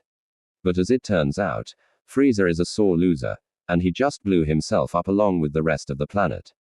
Xiaosu asked, interrupting King Kai, and when he noticed the looks, it was his turn to look scandalized. What? It's what I do. Yeah. Only this time it worked, King Kai said, unknowingly or knowingly insulting Xiaosu. And now Goku, Gohan, Piccolo, and everyone's dead, and I'm now stuck with you idiots for the rest of my life. Should I call you back when you're done screaming? Or is that not happening? And then there's this goo. Wait, Kami. King Kai mentally called at the end of his rant, and Kami replied, yes, I wanted to inform you that Mr. Popo is done collecting the Dragon Balls and is now awaiting further instructions. You're alive. Single quote. Single quote. But that means if you're not dead, then Piccolo's not dead. Then that also means that Namek is still standing. Rightwards two-headed arrow. Rightwards squiggle arrow. Leftwards squiggle arrow. Leftwards two-headed arrow. Did you miss? Goku asked Frieza, who looked scandalized at the thought. How could I miss? He asked back. Bro, I think he missed. Na said as he was floating next to his Super Saiyan brother. It's funny if you think of that. Goku said, what's funny about that? I know I hit the core, Frieza declared before looking down with a frown. This always happens when I perform under stress. Seems to me that you couldn't just go through with blowing the three of us up, Goku slightly said. Frieza screamed in frustration. That's not the problem, you idiot. I can breathe in space while you can't. But space is a vacuum, Goku exclaimed, surprising Naruto a bit, seeing that he didn't know that part. Honestly, I'd say you only have I don't know, like 5 minutes tops. Frieza guessed. Well, then I guess that we'll have to kill you in half the amount of time, Na said, getting in his ready stance with his tail unwrapping from his waist. I would like to see you try, Frieza said before getting into his horse stance. But first, he then proceeded to release his power to its full potential, which surprised Goku a bit, but not Naruto, who knew that he was holding back. And nothing seemed to change except that he was bulkier than before. Much better. Now, let's end this, shall we? And it was with an impressive speed that Goku was caught off guard with the punch to his gut. But as Naruto appeared behind Frieza with his fist back for a throw, he disappeared, causing Na to pause in mid-punch before he was sent away with a kick by Frieza. Na rose up to the sky to get back to the fight, but paused in thought. There's no mistake that this planet's slowly coming to an end. So, it would be best if I were to find an alternate more of transformation for both me and Goku just in case.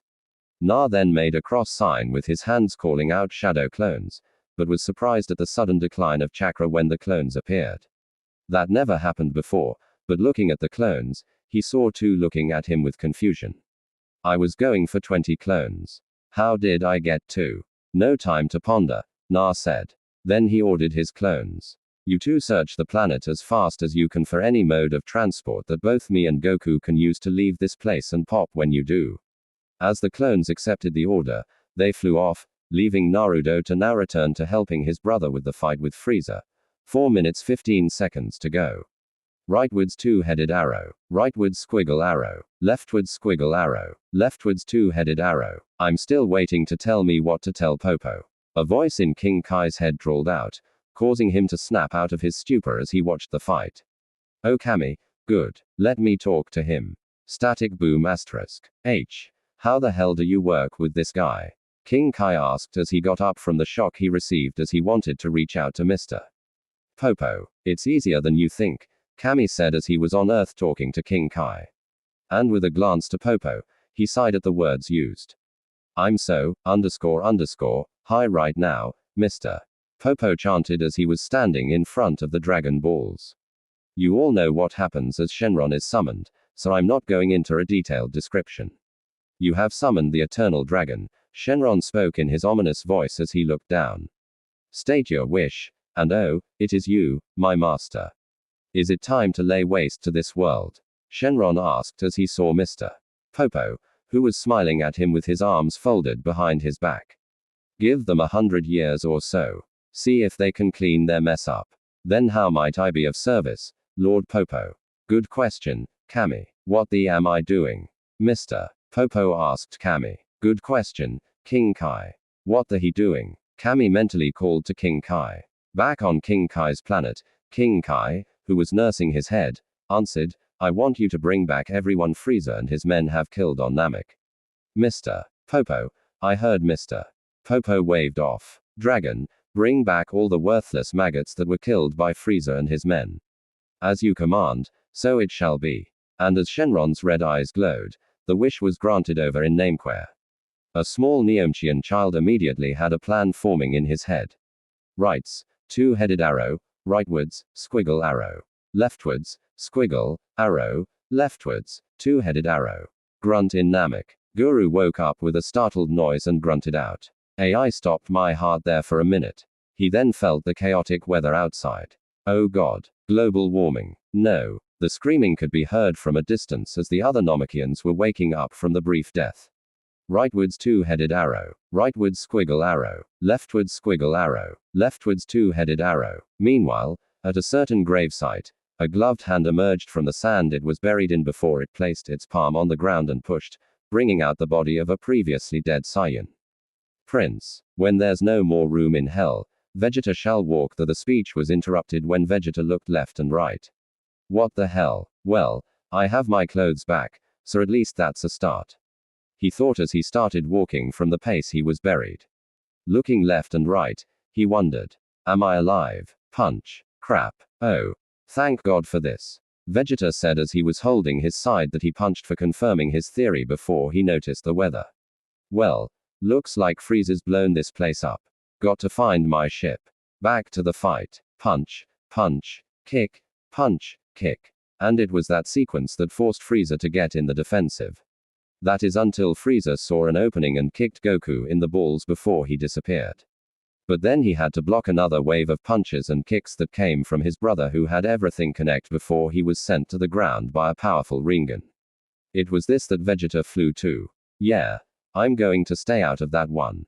He said before he saw the dragon that however and with a mad rush to it. He started to chant the word mine over his head. Frieza got up from the crater he was in where he looked up again and noticed the weather was acting up again. God, what is with this place and its weather? He thought before floating up out of the crater he was in, growling at the face of Naruto and Goku as they smirked at what was happening. Stop that. Stop not dying. Frieza screamed at the 2 Saiyans where Naruto just chuckled. Make us rag. Frieza rushed at the 2 but paused as he saw the giant dragon the road. What is the you tell me what that is this instant? He ordered to Goku who looked at the dragon in shock. That is the dragon brought out after being summoned by the Dragon Balls. When Frieza heard the words, Dragon Balls, summon dragon, he smirked, immortality is mine. He then rushed at the dragon only to be stopped by a yellow flash that made him growl in anger as he saw the smirking face of Na-Hu-Ha. His arms crossed over his chest looking down at Frieza. You must be really stupid if you think we're just going to let you fly to the dragon. Na casually said, having heard about the dragon from Bulma. Gr. Frieza growled and flew under him only to be met with the same resistance in the form of Goku. Try again, you. Frieza growled. But looking up, he saw what he needed. A distraction in the name of Vegeta. So the prodigal prince returns. Crap. Vegeta thought as he was identified before he noticed Naruto and Goku shift their attention to him. Then he noticed the power from Goku and smirked. So it looks like you finally realized the legend, Kakarot turning to Na. His eyebrow was raised at this as well. What's up with your eyes? Came with the look. Na shrugged. But he's just as powerful as me and I can't wait to spar with him. Goku said. And I see that you were brought back with the Dragon Balls. Speaking of Dragon Balls, looking left and right, Vegeta noticed something. Hey, where's Frieza? This question prompted wide eyes from Naruto and Goku. Dragon, give me immortality so I can rid this world of this annoying pest and conquer the universe as Lord Frieza. Turning at the wish in fear, the three Saiyans saw that Frieza used the distraction of Vegeta's arrival to evade them and make for the dragon, and each of them rushed to Frieza, planning on killing him before the wish was granted. What was heard, however, confused them. Section. Your wish has been granted. Section. The dragon spoke in Neomchian, and right before Frieza's eyes, he saw all the revived lives popping out of existence. What? No. This isn't what I asked for. Frieza shouted. What's going on down here? Frieza looked down to see the Neomchian brat he killed earlier, smiling at him and growled in his state of anger. You. No, you didn't. So, what if I did? Dend asked. What are you going to do about it? Ha. Come at me, bro. Frieza shot a beam at the little bastard, but he disappeared just as the beam reached him, pissing Frieza even more. And Vegeta saw this opening as an opportunity. Hey, Frieza, Vegeta called out as he charged him. Hope you're ready to party cause it's Vegeta. Oh, clock pop. Vegeta popped out of existence before he finished his liner to Frieza and attacked him. And Frieza watched as the dragon in front of him disappeared out of existence, causing Frieza to slouch forward in shock. What just happened? He asked, still in his state of shock. Na smirked at his pathetic state. Honestly, wherever the wish took them, he said, do you know where they went? He turned to Goku as he asked, and Goku shrugged. Don't look at me. I'm just as lost as you. Goku said, 1 minute 50 seconds till Armageddon. Meanwhile, on the planet Earth, it was midday on planet Earth as her new occupants arrived in the woods with the Namekians looking around in confusion. Looking left and right, Bulma was confused as a minute ago they were in a destroying planet now to arrive here. Where are we? She asked herself. Bulma. Gohan called out from the tree he was landing on and she turned to see her little friend was okay. Gohan, she called as she crouched down when said preteen landed. What do you think happened? I don't know, Gohan said confused at this development as well. We just disappeared all of a sudden. Ah. It feels good to be the king, Den thought as he looked around smiling. Hello, who am I speaking to? A voice asked in Den's head who was startled a bit. My name is Dend. Dend, are you the one who made the wish on the dragon? The voice asked, and Dend replied with a positive, yes. How did you know my plan? What plan? Dend asked back as he looked to the sky and smiled. I just wanted to screw Frieza over. Back on Namek. Immortality. Why would anyone want that? Na asked Goku, who shrugged. I mean, I know a guy who was immortal. Bastard was hard to kill, especially when he had a technique that redirected every attack he received to the poor bastard trapped in a stupid ritual. But he was killed when his body was shredded to pieces, leaving only an annoying talking head that got buried alive. Wow, I'm glad I'm not immortal because I wouldn't want that to happen to me. Goku said to his brother as he thought of that situation. Frieza, meanwhile, was still reeling in shock at what just happened before the shock turned to rage. Rage at being denied his wish. Rage at the entire Neoman race for causing this and especially rage at the two bastards in front of him. And he fueled the rage in the punch he gave both Na and Goku and watched as they crashed in the ground below them. He raised his hands up in the air, charging a pink energy ball that was the same size as the spirit bomb. Bigger The size increased by 5 asterisk bigger. The size increased by 10 asterisk bigger. The size increased by 20. Now half the size of Earth's moon. Perfect. He threw the ball at Goku and Na, but Goku punched it out of the planet, redirecting its course completely while Na whistled at the size of the ball. And if anyone were to look closely, they would have seen a strand of sweat drop down from Naruto's forehead. That was too close for comfort. Na thought, we have to end this now. And with that thought, Naruto dashed towards Frieza, intending on ending this little squabble once and for all. On Earth, Piccolo just woke up from the healing he received from Den, who smiled at his recovery and said, "Welco." "Me back, Nail. Where am I?" Piccolo asked as he looked left and right, noticing that this was different from Namek. "Can I hug?" "Why, no," Piccolo yelled at Dend, who slouched in disappointment before he looked left and right. "Gohan." "Ha." Gohan turned and saw his mentor walking and rushed to him. "Mr. Piccolo and Dend, but I thought that. Turns out that we're all alive." Giggle. XP Krillin. Noticing the looks he received, he quickly sobered. "How unfortunate. Nail nil. I think he's looking for you." Piccolo mentally told his brother as Guru was calling for him. Piccolo recently found out who was bunking with him. "How unfortunate. Do not tell him I'm here." En replied to Piccolo in his mind. "Nail, I can sense you. Do not make eye contact." En mentally shouted to Piccolo, but Gohan made an observation. "You know, looking around, it seems like the only people brought back were those that Frieza and his men killed." Gohan said, "That's convenient. On Namek, smash asterisk, Frieza was sent crashing down on the earth below the fighters by Goku, who stood and watched as he pathetically stood up." "I'm done," Goku suddenly said, shocking Frieza once more, who asked a simple question. "What? I'm done fighting you," Goku repeated. "I'm bored." "You're boring me." What Frieza demanded.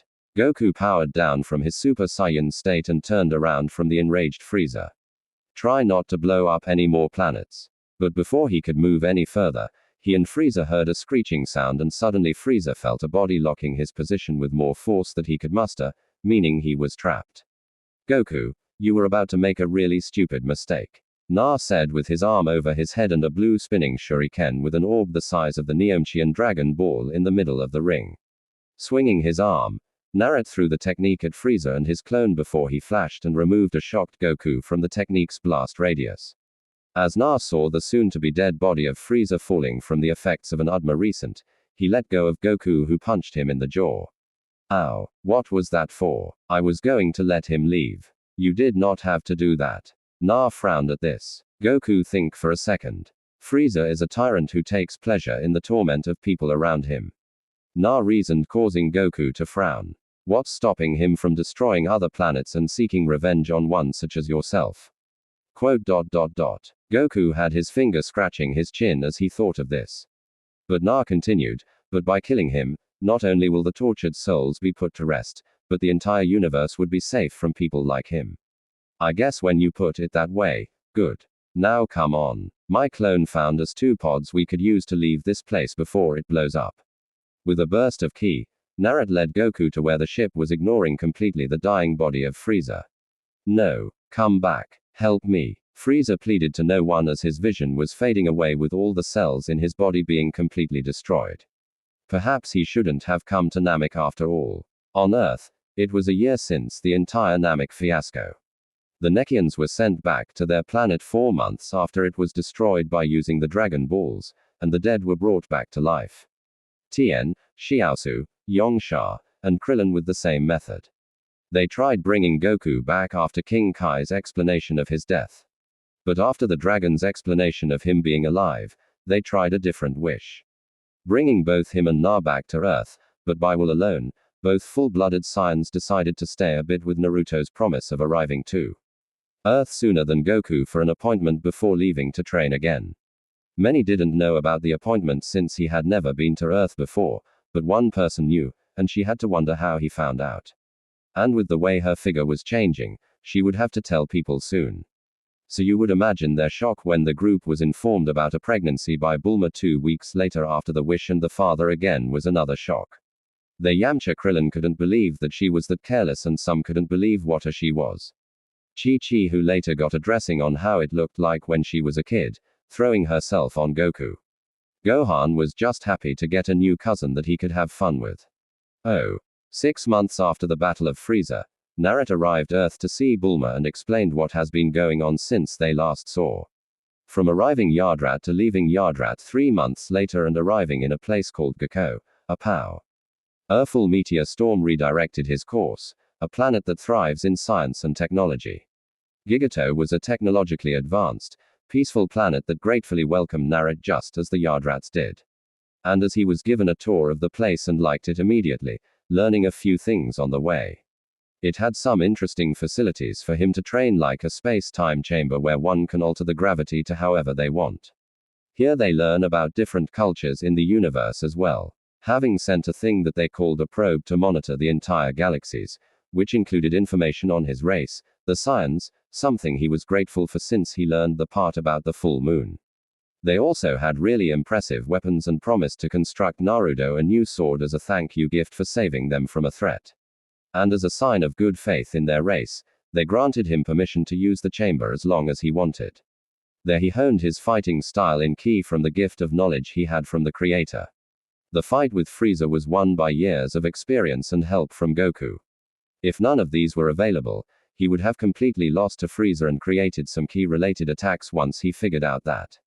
The only moves he could use were Shadow Clone and a normal Rinnegan without succumbing to the effects of exhaustion. He didn't know how the recent he used months earlier even worked. Perhaps it was a key version.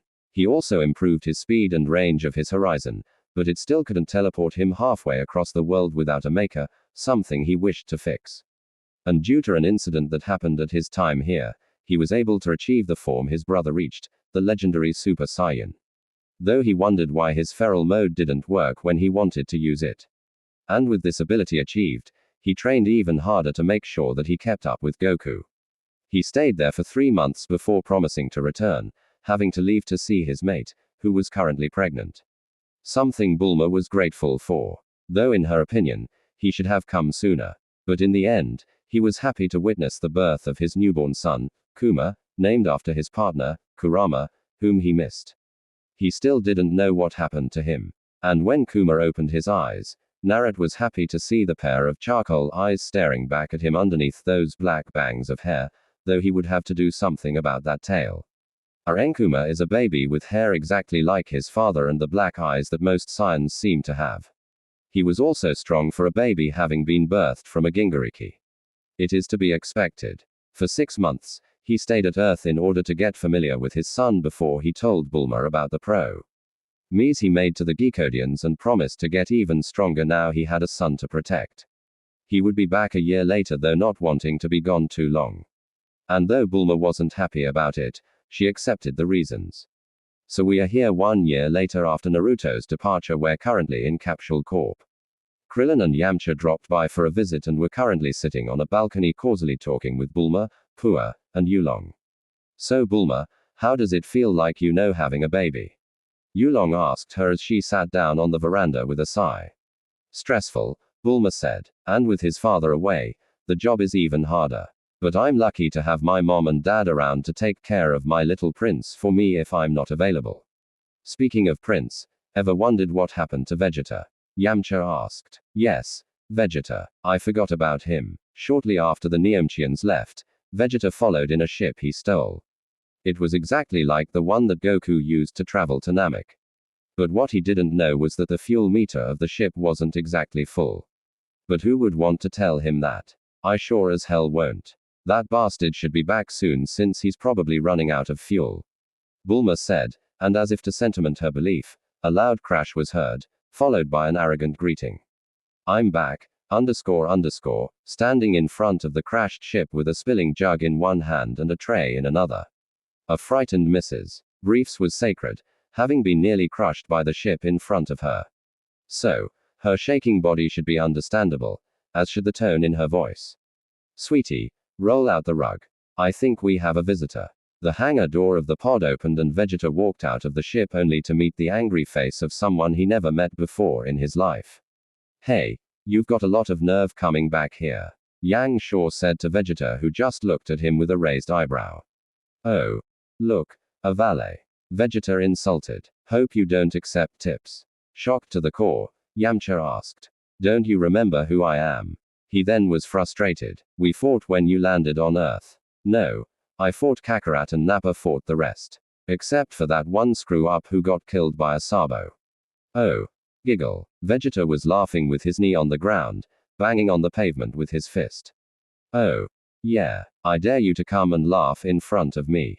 Vegeta appeared in front of the shocked and scared Yamcha and said 2 words with a serious face. Haha. Yeah. See how we can now laugh together. Yamcha nervously started to chuckle at his statement, still shaking from the amount of fear he emitted while facing Vegeta. Okay, seriously, we have a lot to clean up without a pull of Yamcha's urine. Bulma interrupted and she walked to Vegeta, poking him on the chest. You come with me. Why? Why? Because you need a shower.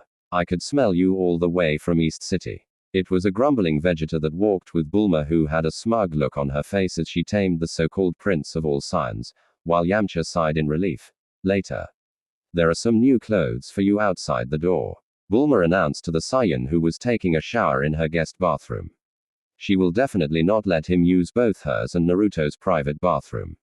Na moved in days after he arrived Earth. Your armor is being washed in the meantime. Be careful with those. They are dry clean only. Vegeta called back. Whatever. Bulma said as she soaked the dirty clothes. They smell as bad as Kuma's diapers, she thought with a disgusted look on her face.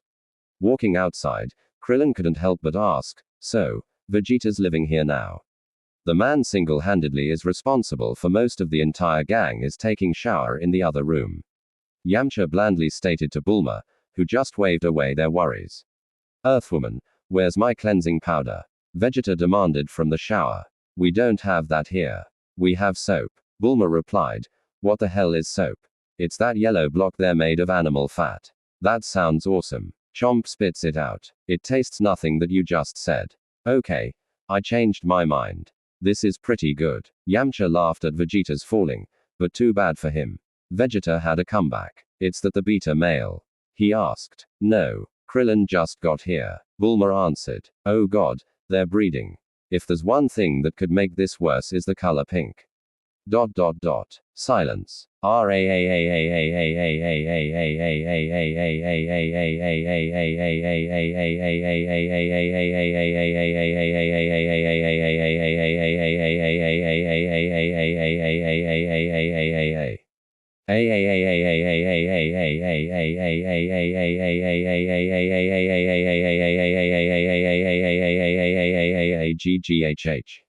In the outskirts of space, a flying saucer was making its way towards the unsuspecting warriors of Earth with one goal in mind: revenge.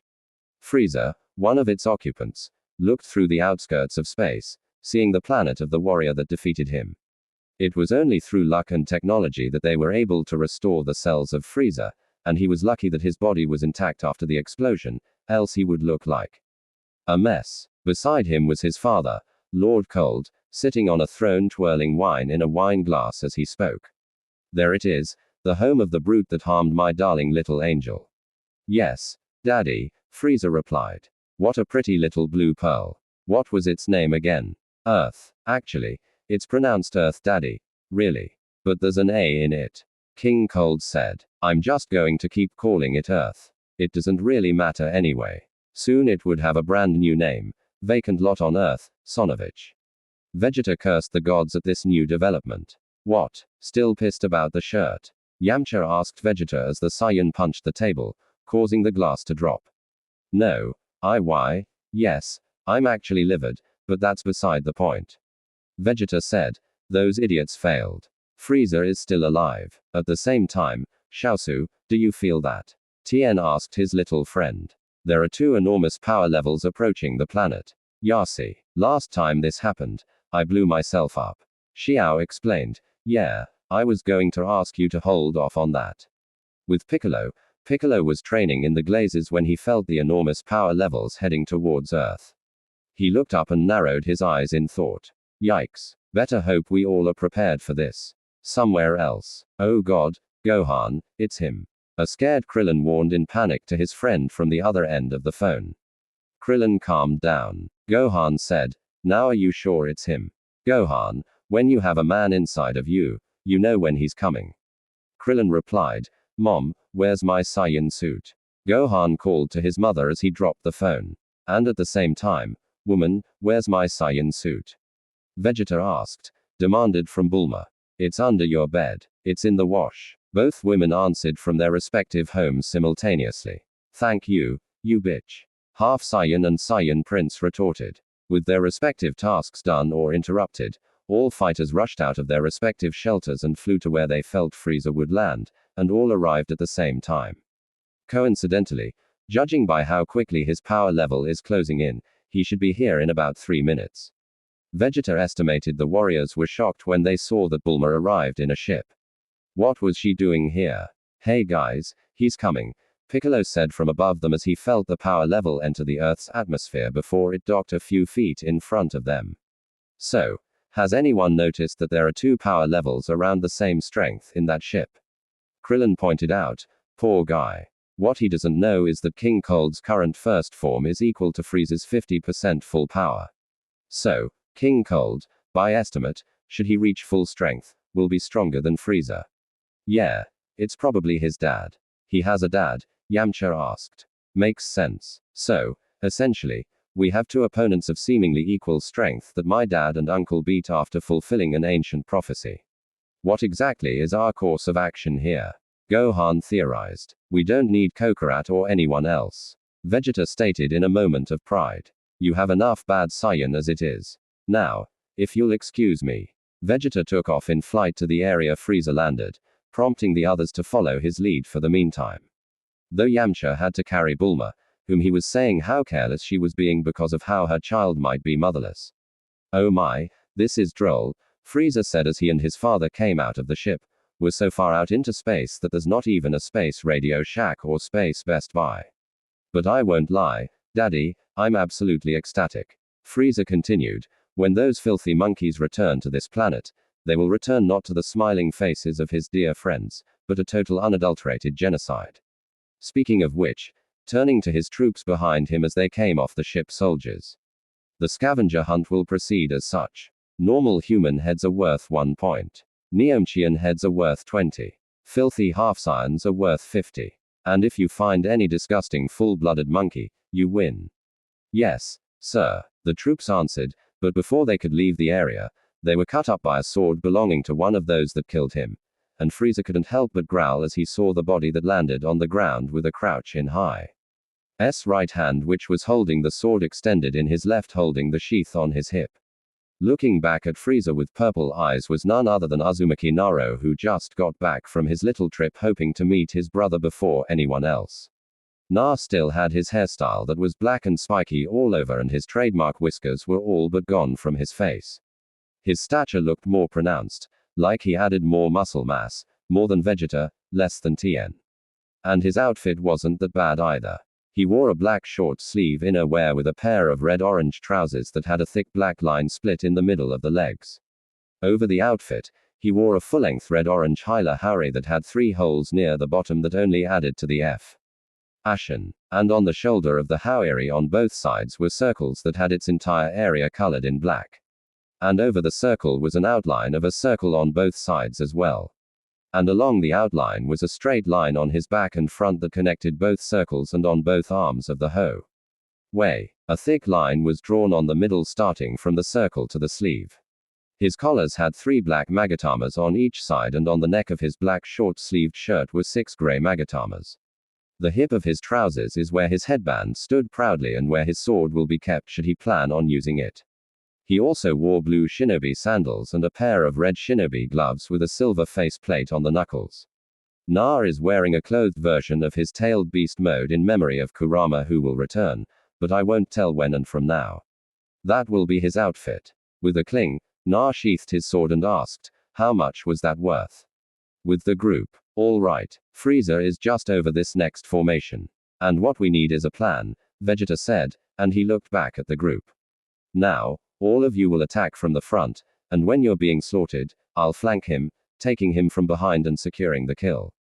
Ready, break, no, yeah, no. Piccolo and Tien wholeheartedly disagreed with this formation, but Yamcha had other plans. Personally, I don't think Bulma should be here. A battlefield is no place for a lady. And yet you're sticking around. I'm serious. I worry about her safety. And as her close personal friend, possibly even bestie, I think we need to consider Yamcha. I'm married, Bulma blandly stated, causing sniggering among the group at the way she silenced him. With Na, so is this him, sweetie? Is this the man who hurt you so? Lord Cold asked his son, who growled an affirmative. I don't know what's worse. The fact that you're a sore loser, or the fact you cried home to daddy once you didn't get your way. Gr Frieza growled and ordered in a fit of anger. Briefel. Why, forgetting whom he was dealing with, get him. The troops charged at Na, who was standing straight with his haori bellowing along the wind and his collar covering half of his face. He watched as they were drawing closer, then he made his move, bent his knee forward and appeared behind the group of Soldi. Er's right arm stretched diagonally upwards with a burst of speed and in blink of a normal eye. Giving his sword a 540 degrees spin, he sheathed it just as the soldiers turned around. And as the hilt of the sword hit the top of the sheath with a cling, just as before, the soldiers all dropped down dead to tea. He ground in front of a surprised Frieza. What just happened? Frieza asked. Yeah, it took me a whole 3 months to get that one down, but who's counting? Na said, closing his eyes with a shrug of his shoulders. Honestly, I was expecting my brother to be the one doing this, but instead I now have to take his place. But if I have to make the world safer for my children, who's complaining? Calming down, Frieza took a deep breath. I almost lost it there for a bit, he said. And you said something about a brother. That wouldn't have to be the Super Saiyan who fought with you, now would it? Now, see, here's where I'm confused. You haven't seen what a Super Saiyan looks like. Heck, even I transformed there as well and was as powerful as Goku. My transformation could be the so-called Super Saiyan, but did anybody ask? No, believe me when I say this, monkey. You are no Super Saiyan. Frieza stated with a serious look on his face, not TSK, and said, if it's a Super Saiyan you want, then it's a Super Saiyan you'll get. Before he took the horse stance, haha, very funny monkey. You most definitely aren't a Super Saiyan. Frieza dismissed. I know the feeling, and what I felt from that monkey was. Ha! Frieza was interrupted by a yell and a loud explosion of power, and looking back at him was Naruto, whose black spiky hair turned golden and was now standing straight on end, giving it a rising flamel-like appearance. If one were to see his tail, it would be in the same gold color as well. But what gave him away was the aura he was putting out. Standing in proudly front of Frieza was one Uzumaki Naruto, a Super Saiyan like his brother before him and unknown to the rest, something more. Those eyes, Frieza stammered as the eyes triggered a picture in his mind that was enough to make the fear turn into rage, causing him to rise up in the air with his index finger pointed to the sky. I'll make you pay, he yelled, gathering his energy in the form of a giant yellow-orange sun-like RGY sphere. Once it was charged up to half the size Earth's moon, Frieza threw it at Naruto, who just stood there with his cloak bellowing along the wind, waiting for the move to hit him. While Frieza laughed insanely as the attack hit before he landed next to his father, who looked at him in disappointment. As he was walking to his father, he froze when he felt the attack begin to rise up from the earth, meaning only one thing. No, he growled, watching Naruto walk out from the crater with the attack over his head and a frown on his face as opposed to the smirk that formed on his lips. Hey Frieza, looks like you just dropped the bow. Boom. The attack exploded over Naruto's head when a foreign energy attack invaded the synchronization of energy, causing Frieza to smile in satisfaction.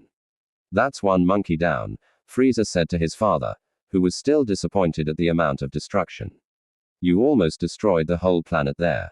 King Cold scolded his son, who sheepishly scratched the back of his head, apologizing to his father, all the while ignoring the figure that emerged on a mountain a few feet away from them. Na just looked on below him as the two kept on talking while at the same time ignoring his presence, making him a bit peeved. Raising his right hand, making it take the shape of a pistol, he aimed the ground and charged up a red energy attack. Hey, Frieza, he called out, causing Frieza and his father to look at his position in shock, wondering how he survived the attack. Horizon, dodge. And with that, he fired a small green energy attack at his intended target, causing Frieza and his father to jump away before they were hit, given Na the opening he wanted. Na flashed to where Frieza was with his sword drawn, and Frieza noticed it glowing red.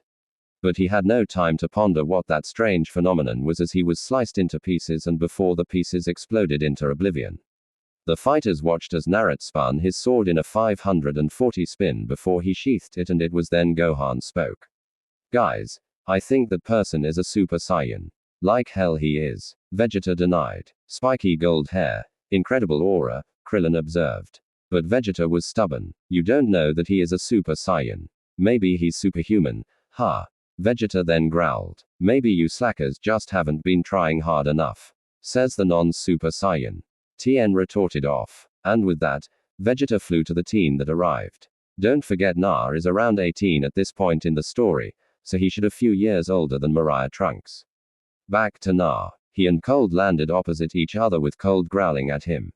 You murdered my son, he whispered in a fit of rage before he calmed down and smiled. Oh well, you win some, you lose some. Children, Na asked with a raised eyebrow. Yeah, you disgust me, Na said before he appeared behind Cold with his palm on the alien's back. Cold was too shocked at his speed to do anything, and he felt his entire body being restrained by something. I'm a father, and I am disgusted to be in another father's presence if the father is anything like you. A red beam was fired through the alien's chest, sending the self-proclaimed king crashing into the mountain wall in front of them. He charged up the same red beam again, but added more power before he shot it at the barely breathing King Cold, causing the body to explode. Na turned and shot the beam at his enemy's ship, causing it to implode before he took a deep breath, releasing his Super Saiyan state, entering his base form, dismissing the flamme-like aura around him. Jumping slightly before sitting in a meditative pose on the air, Naruto rested his sword on his lap. Before closing his eyes and frowning, using his emotions sensing technique to scope out something he felt before. In one area, he knew that there was a group waiting to greet him with emotions ranging from curiosity to rage. And in a few feet behind him was an emotion. Surprise. This person was clever, hiding his power level to near non-existent. But that didn't mean he hid his emotions. Tilting his head 90 degrees to the left. He said, you may be good at hiding your energy, but I can still sense your emotions. The others were confused with what Naruto said, that is until Piccolo heard a chuckle with his senses, and they all saw a silhouette of a male floating out from a few feet in front of them before landing behind Na. Behind Na was a 17-year-old male that is muscular, a bit taller than Goku, and more slender. He has blue eyes and straight light purple hair which he inherited from his unknown mother, which was cut short only reaching the middle of his ears. He is seen wearing a pair of golden boots, gray pants, a black tank top, and an Indigo Capsule Corporation jacket. I'm curious as to who you are and why you smell a lot like Bulma. Na said to the kid, who looked surprised a bit before he remained calm and spoke. I would love to answer your questions, but to do that I will need Son Goku to be around first. Goku, Na asked with a raised eyebrow. He'll be here in approximately 3 hours depending on the speed of the ship he's using. I even sensed him on the way here, but I was going to let him take his time. Why? The teen asked. You could have invited him for a ride on your ship. My ship is a own-person ship. It doesn't have the equipment to accommodate 2 people. Na explained. And that seemed to satisfy the teen. Do you know the area he'll land in? The teen asked Na, who shook his head. I do. Follow me. We'll meet him together as I have something for you, too. As he turned around, he glanced back at Na. You might want to invite your friends for refreshments, though. I've got a lot. With that, the teen flew away from Na, prompting him to sigh at this. He looked back and waved to the group to follow him before he himself followed the teen, still in his meditative pose as he was flying. 3 hours later, the past 3 hours were lively at first before it got drawn. Later on, Vegeta demanded to Na into telling him how he achieved the legend like Kaka did, but Na politely declined for obvious reasons. Vegeta was the last thing on Naruto's mind, and the first on his mind was how Kuma was doing, and information like that was at the hands of either Bulma or Gohan, whom both told him that Kuma was fine. He was already in the process of learning how to walk, and when Naruto asked where he was replied with a satisfied answer. He then told Bulma about what he learned in the place he stayed for the remaining year and promised that he would be there for both his son and her from now, and if not him then his clone or someone he trusted. Something that Bulma appreciated and wanted to reward later on if he continued to behave in a positive light. Tien and Xiaosu were on their own while Piccolo listened to the conversation from afar using his super hearing before he tuned it, while Vegeta was silently fuming at the disrespect Naruto gave him. The mysterious teen, on the other hand, kept shooting glances at Bulma and Na. Something Na figured out but did nothing about it, knowing he was going to get his questions answered soon. And soon was when the watch on the teen's wrist started beeping, signaling them that 3 hours were up. Okay, Goku should be here pretty soon. Okay, I think this has gone on long enough, Vegeta said, speaking to Trunks. Who are you and how do you know Kakarot when you've never met him before? If you'll just implore patience, I promise you your questions will be answered. Trunks tried to pacify the Saiyan prince, but that wasn't needed as a loud crash signified the landing of a ship that just landed. Oh, so he finally decides to show up. Naruto sat beside Bulma, who slapped his hand at that before pulling him to greet Goku with her. As they all reached the edge of the crater, most were excited to see Goku and some were curious while the rest didn't care, but each watched as the hatch from the space pod opened and Goku revealed himself to the crew and was surprised at the welcoming party. How did you guys know where I'd land? Goku asked his friends as they were cheering for his return. You can thank the kid over there who still hasn't told us his name. Na said, pointing to Trunks with his free hand while Bulma was still latched on the other. I knew that you would arrive soon but didn't know exactly where you will land. Oh. Hey Na, Goku greeted. I knew I felt you somewhere. Did you happen to pass by my ship? Yes, I did. If feeling your moving energy was anything to go by, Na said, answering his brother's question. And I'm guessing that you're the one that got rid of Frieza.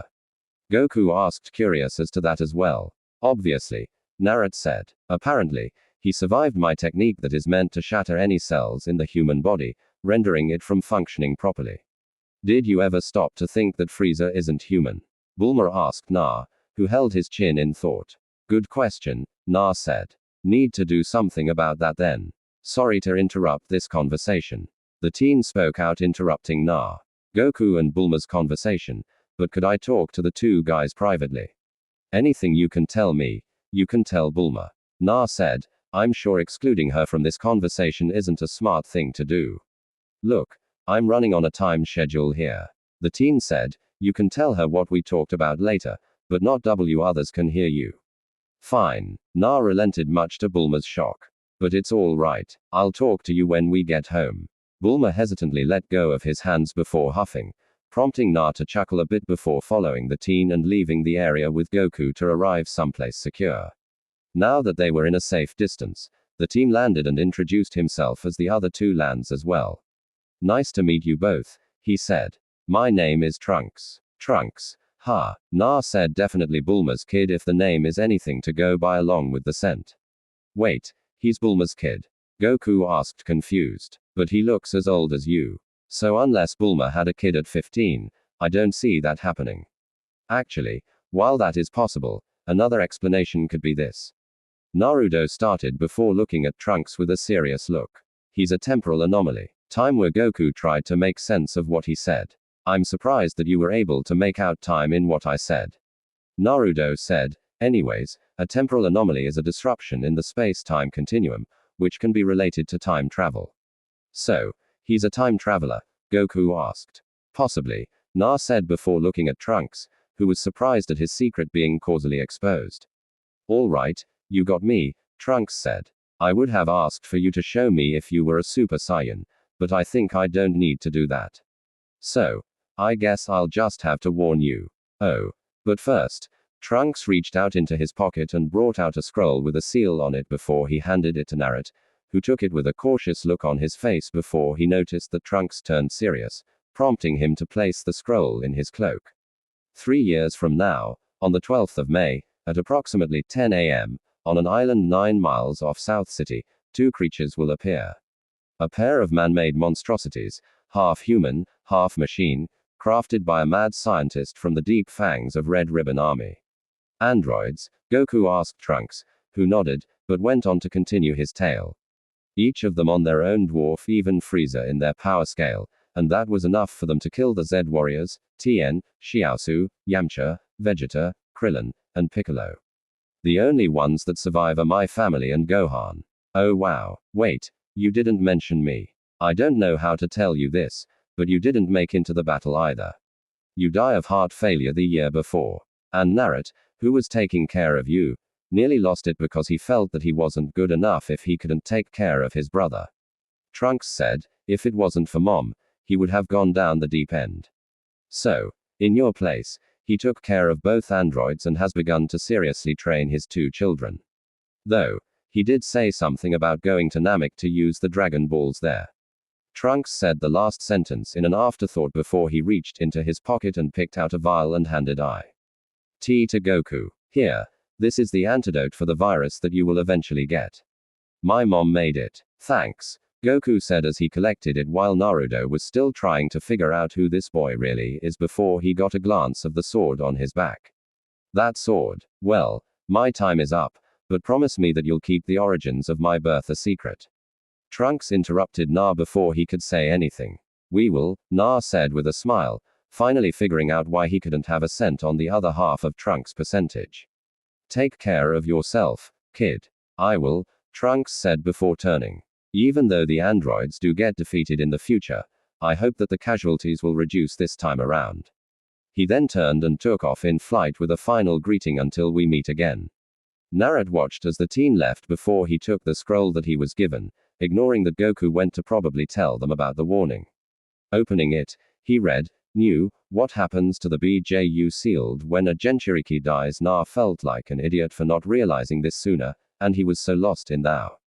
GHT, he nearly missed Bulma calling him, which was what snapped him back to reality before he went over to her.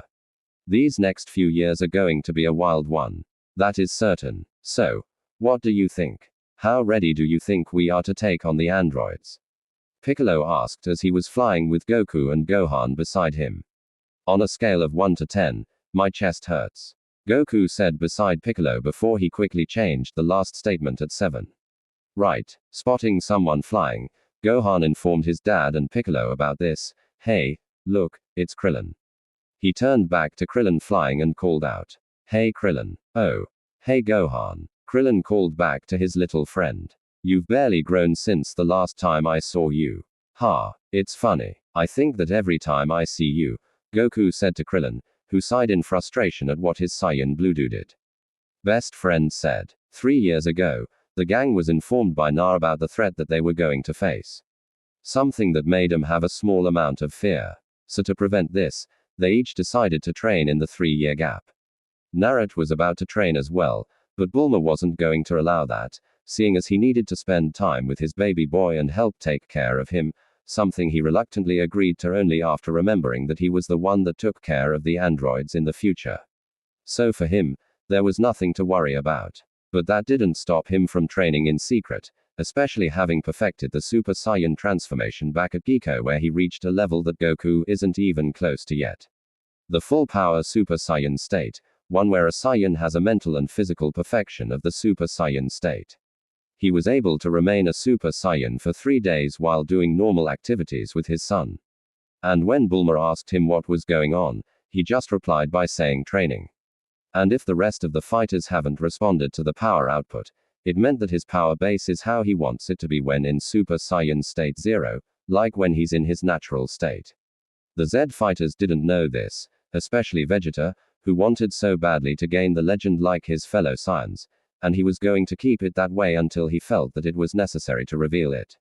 And it was through this he guessed how he was able to beat the androids in the future when other Saiyans like Vegeta didn't. And when his son enters the tender age at 5, he will begin training him. Goku on several occasions wanted to spar with Naruto, but Bulma on several occasions intercepted the request because they both had a son to take care of. Something that Goku could show sympathy to when his eyes caught Naruto's remembering how demanding Chi-Chi was when Gohan was born. So, he let the matter drop knowing that Bulma wouldn't go down without a fight. But, he did have some family visits to get to know his nephew and Gohan's cousin. And while there, he decided to train with Piccolo instead, who will also mentor Gohan as well, something he'll take part in. 4 years into Kuma's birth, Bulma gave birth to another baby boy who she decided to name this time because Naruto had the honor of naming their firstborn. And surprise, surprise, he was named Trunks Briefs. Something Na somewhat predicted after seeing the eyes of his second son followed by the hair. Bulma cut off Trunks' tail before Naruto could protest because she couldn't think of a good reason for leaving the tail where it was on both their children. But Na thought that this was fair because he fought vehemently about not having Kuma's tail removed. Na, feeling that he was leeching off Bulma's parents, decided to do something about it and build a house of his own, or if not then buy one. But the question was where to get the money from. And luckily he found a clipping about the World Martial Arts tournaments and the amount of money for the winner. Something he needed. So he figured that while his wife was away, he would create a clone and reinforce it with the last of his chakra wit. Seals. Knowing that he had a lot of ki to spare, and much to his shock, the clone was able to last the entire tournament and win the grand prize. Something he used to buy a house that's not too far away from Capsule Corp. And he asked Bulma to move in with him once everything was set. And he was quite shocked to know that he had enough money left after he arranged the house he bought with his winnings. So he opened a joint account with Bulma and put it there. Back to current times, Gohan noticed something. Hey, that must be the island, he said to the group of people behind him, making them increase their speed. Having finally reached the destination, looking down from the sky, Krillin saw a lot of plots and houses that were on the island, and he was want to voice out the thought of the other fighters. Holy crap, this city is huge, and the island is so tiny, Gohan said, also noticing it. What do you think they do here? Apparently, prostitution is legal. Krillin commented, much to the disgust of the fighters around him. Hey guys, down here. A voice shouted out to the group as they were landing on the ground, answering to their friend's call, and were glad to know it was Yamcha and Tien that they found. Hey, Yamcha, Tien, Bulma, Krillin called out until he saw the baby that Bulma was carrying. Bulma, you have another baby? He asked. You're damn right, she proudly said, much to the annoyance of Yamcha, who should have by now gotten over his jealousy of Na. His name is Trunks, Bulma told the group, and Goku came making kupises at his little nephew. Who's a good little boy? He said, poking him in the nose, and little Trunks had to hide his face in his mother's bosom. So then, where's daddy? Piccolo asked Bulma, who had a finger scratching her chin in thought before she answered. He was with little Akuma last time I saw him, Bulma said before frowning. I hope he's not teaching the little boy some martial arts, because if he is somewhere in West City. Okay, Kuma, that's enough, Na said, looking at his 4-year-old son as he was helping his son get his body used to the monkey Kata. Kuma, now 4 years old, wearing a pair of black sweatpants along with a pair of fingerless opera-length black gloves wrapped in studded red-brown leather straps on arc arm with weight seals, with his tail wrapped around his waist, crossed his hands and pouted at his father's request.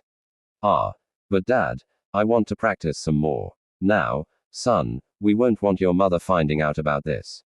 Suddenly, Naruto felt a shiver going through his spine before looking up to the sky, causing confusion to appear in his son's purple eyes. Is something wrong, Dad? I sense a disturbance in the force. Na replied, much to his son's growing confusion, but he wasn't one to question the awesomeness of his dad. Back to the fighters. Well, on the plus side, you look amazing, Krillin commented. Krillin, what would Marin say? Bulma blandly asked Krillin, who just looked at her as she said that Marin never left Krillin in my story, and here they are still going out, and she got more mature as the years went by. Bulma just huffed and replied to her own question. I thought so. Incoming, Tien said as he spotted a vehicle heading his way with Yajiroy driving it.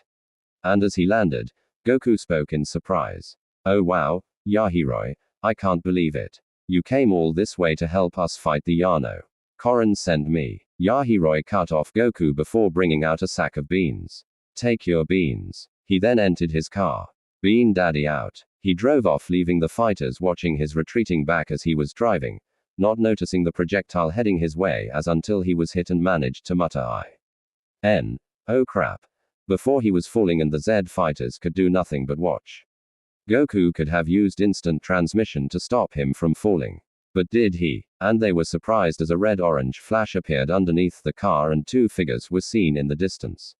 One carrying the car and the smaller one carrying the body as they flew towards the fighters. It was Na and Kuma, much to Bulma's shock and annoyance. I thought I told you that Kuma isn't going to fight these monsters. Bulma angrily scolded her husband as he landed, but here I see you and our flying son heading towards doing the exact opposite. Hey Bulma, Na greeted, scratching the back of his head. I decided to teach Kuma how to fly so it would be easier for us to move about and for him to carry something as heavy. As Yahiroy, you have to admit he does have an impressive amount of strength. That doesn't answer my question. Bulma shouted. What is he doing here? Take it easy, Mom. I'm here to take Trunks to Grandma and Grandpa, Kuma said as he dropped Yahiroy before greeting his cousin and friends. Hey guys. Hey Kuma. Hey Koz. They all greeted before Bulma decided to give him baby Trunks, who started giggling as his big brother held him and started making cooing sounds. That's so cute. Bulma cooed looking at her two children playing together before looking at Naruto, who was talking with Goku. Naruto still wore the outfit he had when he fought Frieza, while Ika just had on a black GI similar to Goku's orange GI with a red long sleeve muscle underneath. Aren't you guys forgetting something? Bulma asked as she pointed to the watch on her wrist. Oh. Right, the androids. Goku suddenly remembered. I saw them head down the city. Tien told the group and Goku gave Bulma the senzu beans with a serious look on his face. Keep them. They'll only weigh us down, he said to her before turning to the group that included himself, Naruto, Tien, Yamcha, Krillin, Piccolo, and Gohan and said, okay, we can't sense their energy. That's a certainty. So, the best thing to do is to search every inch of the city and hopefully smoke 'em out. Scatter. And with that, all adults except Gohan, who decided that it would be best to remain left to search for the androids. Meanwhile, two figures just landed on the ground, calmly, ignoring the busy activity around them. The first one led the small trek, followed by the second. They were walking until they reached the hearing limits of two men in the middle of the conversation, and one of them, noticing them, turned Aro and asked a question that the two had no interest in answering. What do you think, inconspicuous old man and mime? The blonde man with a mustache asked the two. The fat one just walked quickly to the man that asked the question, looking at the blonde with a straight face. Whoa, whoa, whoa, the blonde said as the mime-like guy entered his personal space. If that's what you're looking for, it's going to be $30 an hour. The mime-like guy just stared at him before he headbutted the blonde and followed up with a left hook to the guy's friend, knocking them both out while the old man watched, ignoring the horning car in front of him. The driver, angry at this, called out to the man that refused to move out of the way. Hey, you idiot, move out of the way. The man on the road walked forward before punching the bonnet of the car, smashing through it and grabbing the engine before pulling it out of the car while the driver still looked at him in fear as he dropped the engine and walked to him. Please put that back. I kind of need that to flee from you. Ignoring the request, the driver was grabbed by his neck and his head was smashed through the roof of the car, prompting a nearby passerby female to scream at the sight in terror, hoping someone would come and help. Yongcha, who was searching for the androids, heard the scream and shook in panic. Oh man, that was close. I'm sure that someone else heard it, right? I mean, I don't have to scream. This isn't fair. He rushed to the scene of the crime and saw dead or knocked out bodies of civilians and started panicking. Oh god. Oh man. Oh geez. Oh crap. What he didn't know was that he was being monitored by the beings he was looking for right up the sky above his head. 19. Identify the mime-looking man, now identified as number 19, had his eyes beeping red before his programming identified the man that they were inspecting. And he spoke in a robotic voice. Orange jumpsuit, black spiky hair, higher than average power level. Son Goku 94%. I don't remember him having a scar. The old man commented to his creation that immediately adjusted his findings. 87%. Close enough. Landing behind the man known as Son Goku, the old man grabbed his face and lifted the body up with impressive strength that was nothing to him for his age, ignoring the truck that turned from his direction in a state of panic, crashing into the fuel station that was nearby. He spoke. Key to the man he identified as Goku. Now, Son Goku, I shall extract my long-awaited revenge forthwith, he said, and he heard the muffling sound that came from the man he held hostage screaming something like, I'm not Goku. Something of course he ignored as he stabbed the Goku with his hand through his lungs, sparing the hostage a few minutes of life. Something that the Z warriors arrived to thanks to the obvious power drainage. Oh. Come on. Really? Man. Tien said, frustrated at what he saw. You couldn't last like 30 seconds. We seem to have company. the old man said, and a beeping sound was heard from his creation beside him before he heard its analysis. Correction. New target identified as Son Goku. 100% match. Well then, looks like I don't need this anymore, the old man said as he tossed the body of whom he previously thought was Goku to the ground. Oh no, Yamcha's been Yamcha'd, Goku exclaimed in shock before turning to Krillin. Quick Krillin, give him a Senzu bean. Goku, Piccolo reminded. Oh. Right. Goku remembered and reordered. Quick, Krillin, take him to Bulma. Ha. Looks like there's two kind of fisting in this city now. Silence. Pretty sure he's bleeding to death, Piccolo said with a frown on his face. All right, fine. Krillin finally shut up before lifting Yamcha's body over his shoulder. Bulma get it, man. Seeing that hole in the chest kind of makes my chest hurt. Goku said like a lot. Anybody else? So then you guys must be the androids. Na stated to the old man in number 19. Shocked, the old man asked, what? Impossible. How did you know we were androids? Scanning. Probabilities. Scanning. Scanning. Number 19 responded, and he started to beat before his scan was done. Processing complete. They are psychic. 92.4% static. They can see the future. Psychic. A. The old man asked before his eyes started to turn red. Well, then I bet you won't expect this. Finishing his statement, he started shooting lasers randomly around the city, hitting buildings that were sure to have targets inside. Goku demanded he cease this attack. But with the old man refusing, Goku moved in to punch him in the face. That did nothing if not tilt the man's head slightly, causing his fat to fall off. The old man walked and picked up his hat and placed it back on his head and looked at Goku.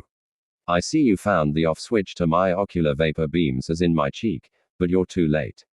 The entire population of the city has been reduced to ash. Glaring at Goku, he finished his statement. Now, no one shall interfere with my revenge. Actually, I'm pretty sure you only yes, the entire population. Piccolo interrupted Goku, who realized what was happening. Oh. Right. Goku quickly corrected. You are most unkind. We really should move this though, Na said while Tien agreeing with him, asked a question. Hey, Piccolo, you know any good wastelands? Why are you asking me? You know why. Tien replied with a straight face causing Piccolo to look blankly at him and sigh in defeat. Northwest about 100 miles. Then it's a date, Goku said and the group took off in a burst of ki to the location with Goku leading the phrase something Krillin noticed from where he was. With Krillin noticing his friend flying, Krillin announced, hey, look. Goku and the others are leaving with the androids. Oh no, we have to warn them. Yongsha exclaimed in panic. When the old man was holding me, I could feel my life force draining. You were losing a lot of blood. No, it was coming out of my mouth. Quote. ... Gross. I'm telling you, they can absorb energy. Then we have to go now, Gohan said before taking off in a burst of ki with Krillin closely following. And suddenly, Yamcha had second thoughts. You know what, I might just sit this one out, he said, causing Krillin to look back and respond to his friend. Oh yeah, I get ya, he said before turning towards where the battle was taking place. I never have any energy after I get a hand job from Marin. Quote. Pa. Krillin mimics a Mario tune before following Gohan who was having a lead on him leaving Yamcha with Kuma, his mother, and his brother. Mom, what's a hand job? Quote. Hold on, Krillin, I'm coming, Yongsha suddenly said before taking off after Krillin completely ignoring the fuming mother behind him. With the fighters, the group arrived the destination before landing with Goku panting a bit. Alright, now that we're out of the city, we can pant. Does it feel hot out here, guys? Goku asked as he interrupted Piccolo's speech, something that greatly annoyed the Neomchian. As I was saying, Piccolo continued moments later. We can finally get this on the way. But first, who are you and what do you want? Referring to the two strangers in front of him. You don't need to know why. Just know that I despise every one of you. The old man said to the group, but allow me to shed a little light for you. For the last 14 years, ever since the 22nd World Martial Arts Tournament, my insectoid nanobug has been surveying and processing every battle you have fought, rating them on a scale of 1 to 10. The old man explained, much to the shock of the Z fighters except Naruto, who has dealt with something similar to this before in the name of Zetsu. Looks like you got a stalker, bro. Na said with a smirk as he crossed his hands over his chest. Out of curiosity, what was our score? Tien asked in an related question. 6.5 out of 10. The mime responded. How about mine? Piccolo asked. 8 out of 10. Haha. I have utilized this information to calibrate ourselves appropriately. We are now powerful enough to take Son Goku and get revenge on myself and what he did to the Red Ribbon Army. The old man finished his monologue, causing Naruto to sigh. Why do villains even have monologues? Na asked the group. The Zobat, Gar, Sasuke, Frieza, and now this old man. I have no idea who the other three are, Piccolo said to Na. But I have another question. Looking to the old man, was it on Namek? Of course it was. The old man turned to the mime. Number 19. What the hell is Namek? Data not found. Number 19 replied. What do you mean? Dar not found. The old man asked. Insectoid nanobug destroyed during Saiyan attack. Number 19 replied. So, I guess you've never seen a Super Saiyan. Then, Piccolo continued with a smirk, seeing the old man's discomfort. Number 19. The old man asked, turning to the mime again. Data not found. Then no, Goku, Piccolo called out, wanting to put the fear of God in the old man. On it, Goku said, and with a deep breath, ignoring his fever, he started to build up his energy with a yell. Ha! Following that was an explosion of energy and a bright light. And once that died, they looked to see Son Goku in his Super Saiyan form, standing proud and a bit worn out. Power output precedes projective parameters. 19 stated to his master, I don't care if you're a Super Saiyan or a soup on the side. The old man growled. He then gave an order. 19. Kill him. Kill him proper. Executing Mordo X. 19 stated, getting into a ready position. Loading 10%, 20%, 40%, 70%, 65%, what the old man demanded after he heard the reduction. A failure has occurred. This program will now shut down, the mime said in his robotic voice. And you could hear the Windows XP error alert ping. That's familiar to us. Would you like to send a report? No. Don't send a report. Sending report. 19 said, son of AOR. The old man shouted as he was frustrated at this occurrence before turning to the fighters now to wait 5 minutes to do absolutely nothing. Bam. Crash. The mime was sent to the mountain behind him by a punch from Goku, who had no time to waste much to the old man's shock. Oh. Bullocks. Na narrowed his eyes as he was watching Goku beat the bloody, out of the android in front of him. He was quite sure that his brother had a lot more energy than this. So then, why was he tired when we arrived and he transformed into a Super Saiyan? He then noticed something else. Something's wrong, he said to the group in a whisper. Goku should be doing more damage than this. It looks like the android is just taking everything Goku can dish out with no problems. Did you notice how he was suddenly out of breath when we arrived here? Piccolo asked before he sighed. He's going to need our help. Crash asterisk. The group looked up to see Goku panting as the android crashed on the ground below them while Goku remained suspended on the air. Came. Goku started to chant as he placed his cupped hands on his side, charging up a blue energy as he saw the android get up. Hey. Ha. The Kamehameha wave was fired at the android, who smirked for someone that was about to get crushed before he raised his palm, revealing 2 red dots at the middle. Before the attack connected, what the group, except for Yamcha, wasn't expecting, was the android standing still, smirking at Goku with his hands still in the air. Morto text fully online. Number 19 stated, good pant didn't seem to work. Goku said, don't worry guys, I'll try again. Double strength G.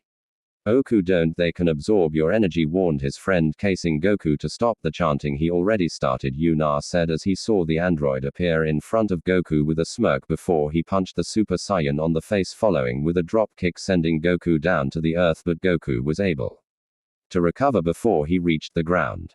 He would have tried to catch his breath holding his chest where his heart was, causing Gohan to look in surprise. What's going on? He hasn't used that much energy. Krillin, Senzu bean, Goku called before he received the bean from his friend and ate it only to gasp in pain, falling down to his knees. It made it worse. Goku, what's wrong? Chest hurts. Hard to breathe. Goku said in between pants. How's your arm? Piccolo continued with the interrogation. Don't know. Can't feel it. Goku said. Is that normal? So Goku's having a heart attack. Piccolo analyzed with his results.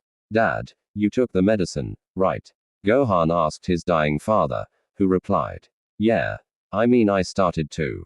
Goku corrected. Started to wait. You mean you stopped? Why did you stop? Gohan asked. Demanded. Because it was grape flavored. Goku cried in pain before he was knocked out by the android, causing him to go to his base form. Did he just knock the Super Saiyan out of him? Krillin asked. Piccolo, tag in. Goku gasped until he saw that Piccolo was shot through the chest. Naro, tag in on it. Na said before he bent his knee and jumped, appearing in front of the android, giving it a punch to the jaw, sending it flying. Yamcha, take Goku to Chi-Chi and force him to restart his medication if he refuses to willingly take it himself. Naruto said before he took off his Hari and started to rotate his shoulder. Right. Yang Sha agreed before he took Goku and flew away from the battlefield. Primary threat escaping 2 kilometers 3 kilometers. You know I'm standing right here. Na said as he watched the mime glance at him as he stood up from the attack before he continued to count, much to his shock. Am I being ignored? Don't worry, he's only programmed to respond to my command. The old man said to Naro, 19. Forget about Son Goku, we can finish him at our leisure. For now, focus on Naruto Uzumaki. Na introduced Naruto Uzumaki. Understood. If you think that you expect me to be beaten by this thing, then you must not know me at all. Naruto said, stressing out the thing. Oh. But wait, I forgot. You don't. Your confidence is noted, Uzumaki. But Son Goku was able to achieve a form far beyond anything we've ever seen before, and we still beat him.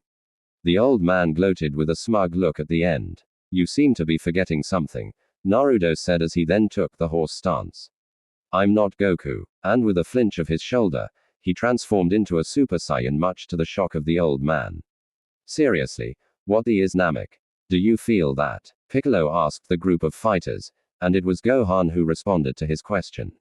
Yeah, his transformation feels different from Dad. And I don't know how. Maybe it's because he doesn't feel any stronger.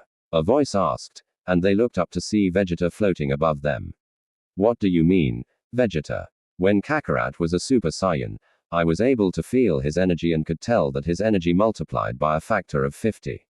Vegeta explained, but when he just transformed, his power level still remained the same as he was before. It's like while he is a Super Saiyan, he isn't at the same time. Na ignored what Vegeta was saying and appeared in a flash of orange light before the android, giving it a punch in the gut before grabbing its face with his other hand and smashing it on the ground. His left leg was suddenly grabbed by the android, but Na saw that as an opportunity because he used his right to detach the left arm of the android from its body before crushing it with his amazing strength.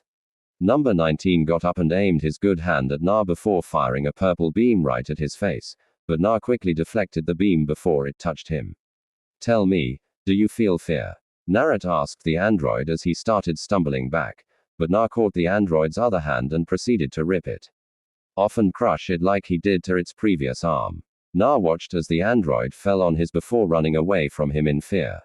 Something Na sighed before he took flight and aimed his palm at the fleeing android, charging up a blue spiral energy. How the mighty have fallen, he said before a spiral ball was formed from his energy gathering. Try absorbing this. Cho resents super spiral cannon. The big blue ball of spiral energy sailed towards the android before it made contact, completely shredding it and anything within the vicinity of the blast radius, leaving only its head. The old man looked on in fear and shock as his creation was easily destroyed and watched as Na powered down to his base form like it was nothing.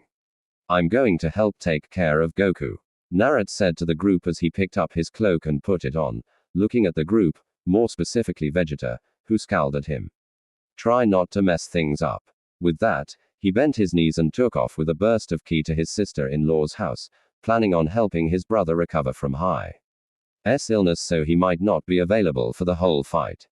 The others looked on as Naruto flew away from him, while Vegeta just angrily huffed before speaking up. Looks like I'm going to have to take care of the old man since you worthless are too weak to do that on your own. He insulted before he looked to where old man was only to see nothing there. So guys, what do you think about this Naruto story? Tell me your opinion in the comments. And if you want more Naruto what if stories, make sure to subscribe to Universe of Naruto. Thanks for watching.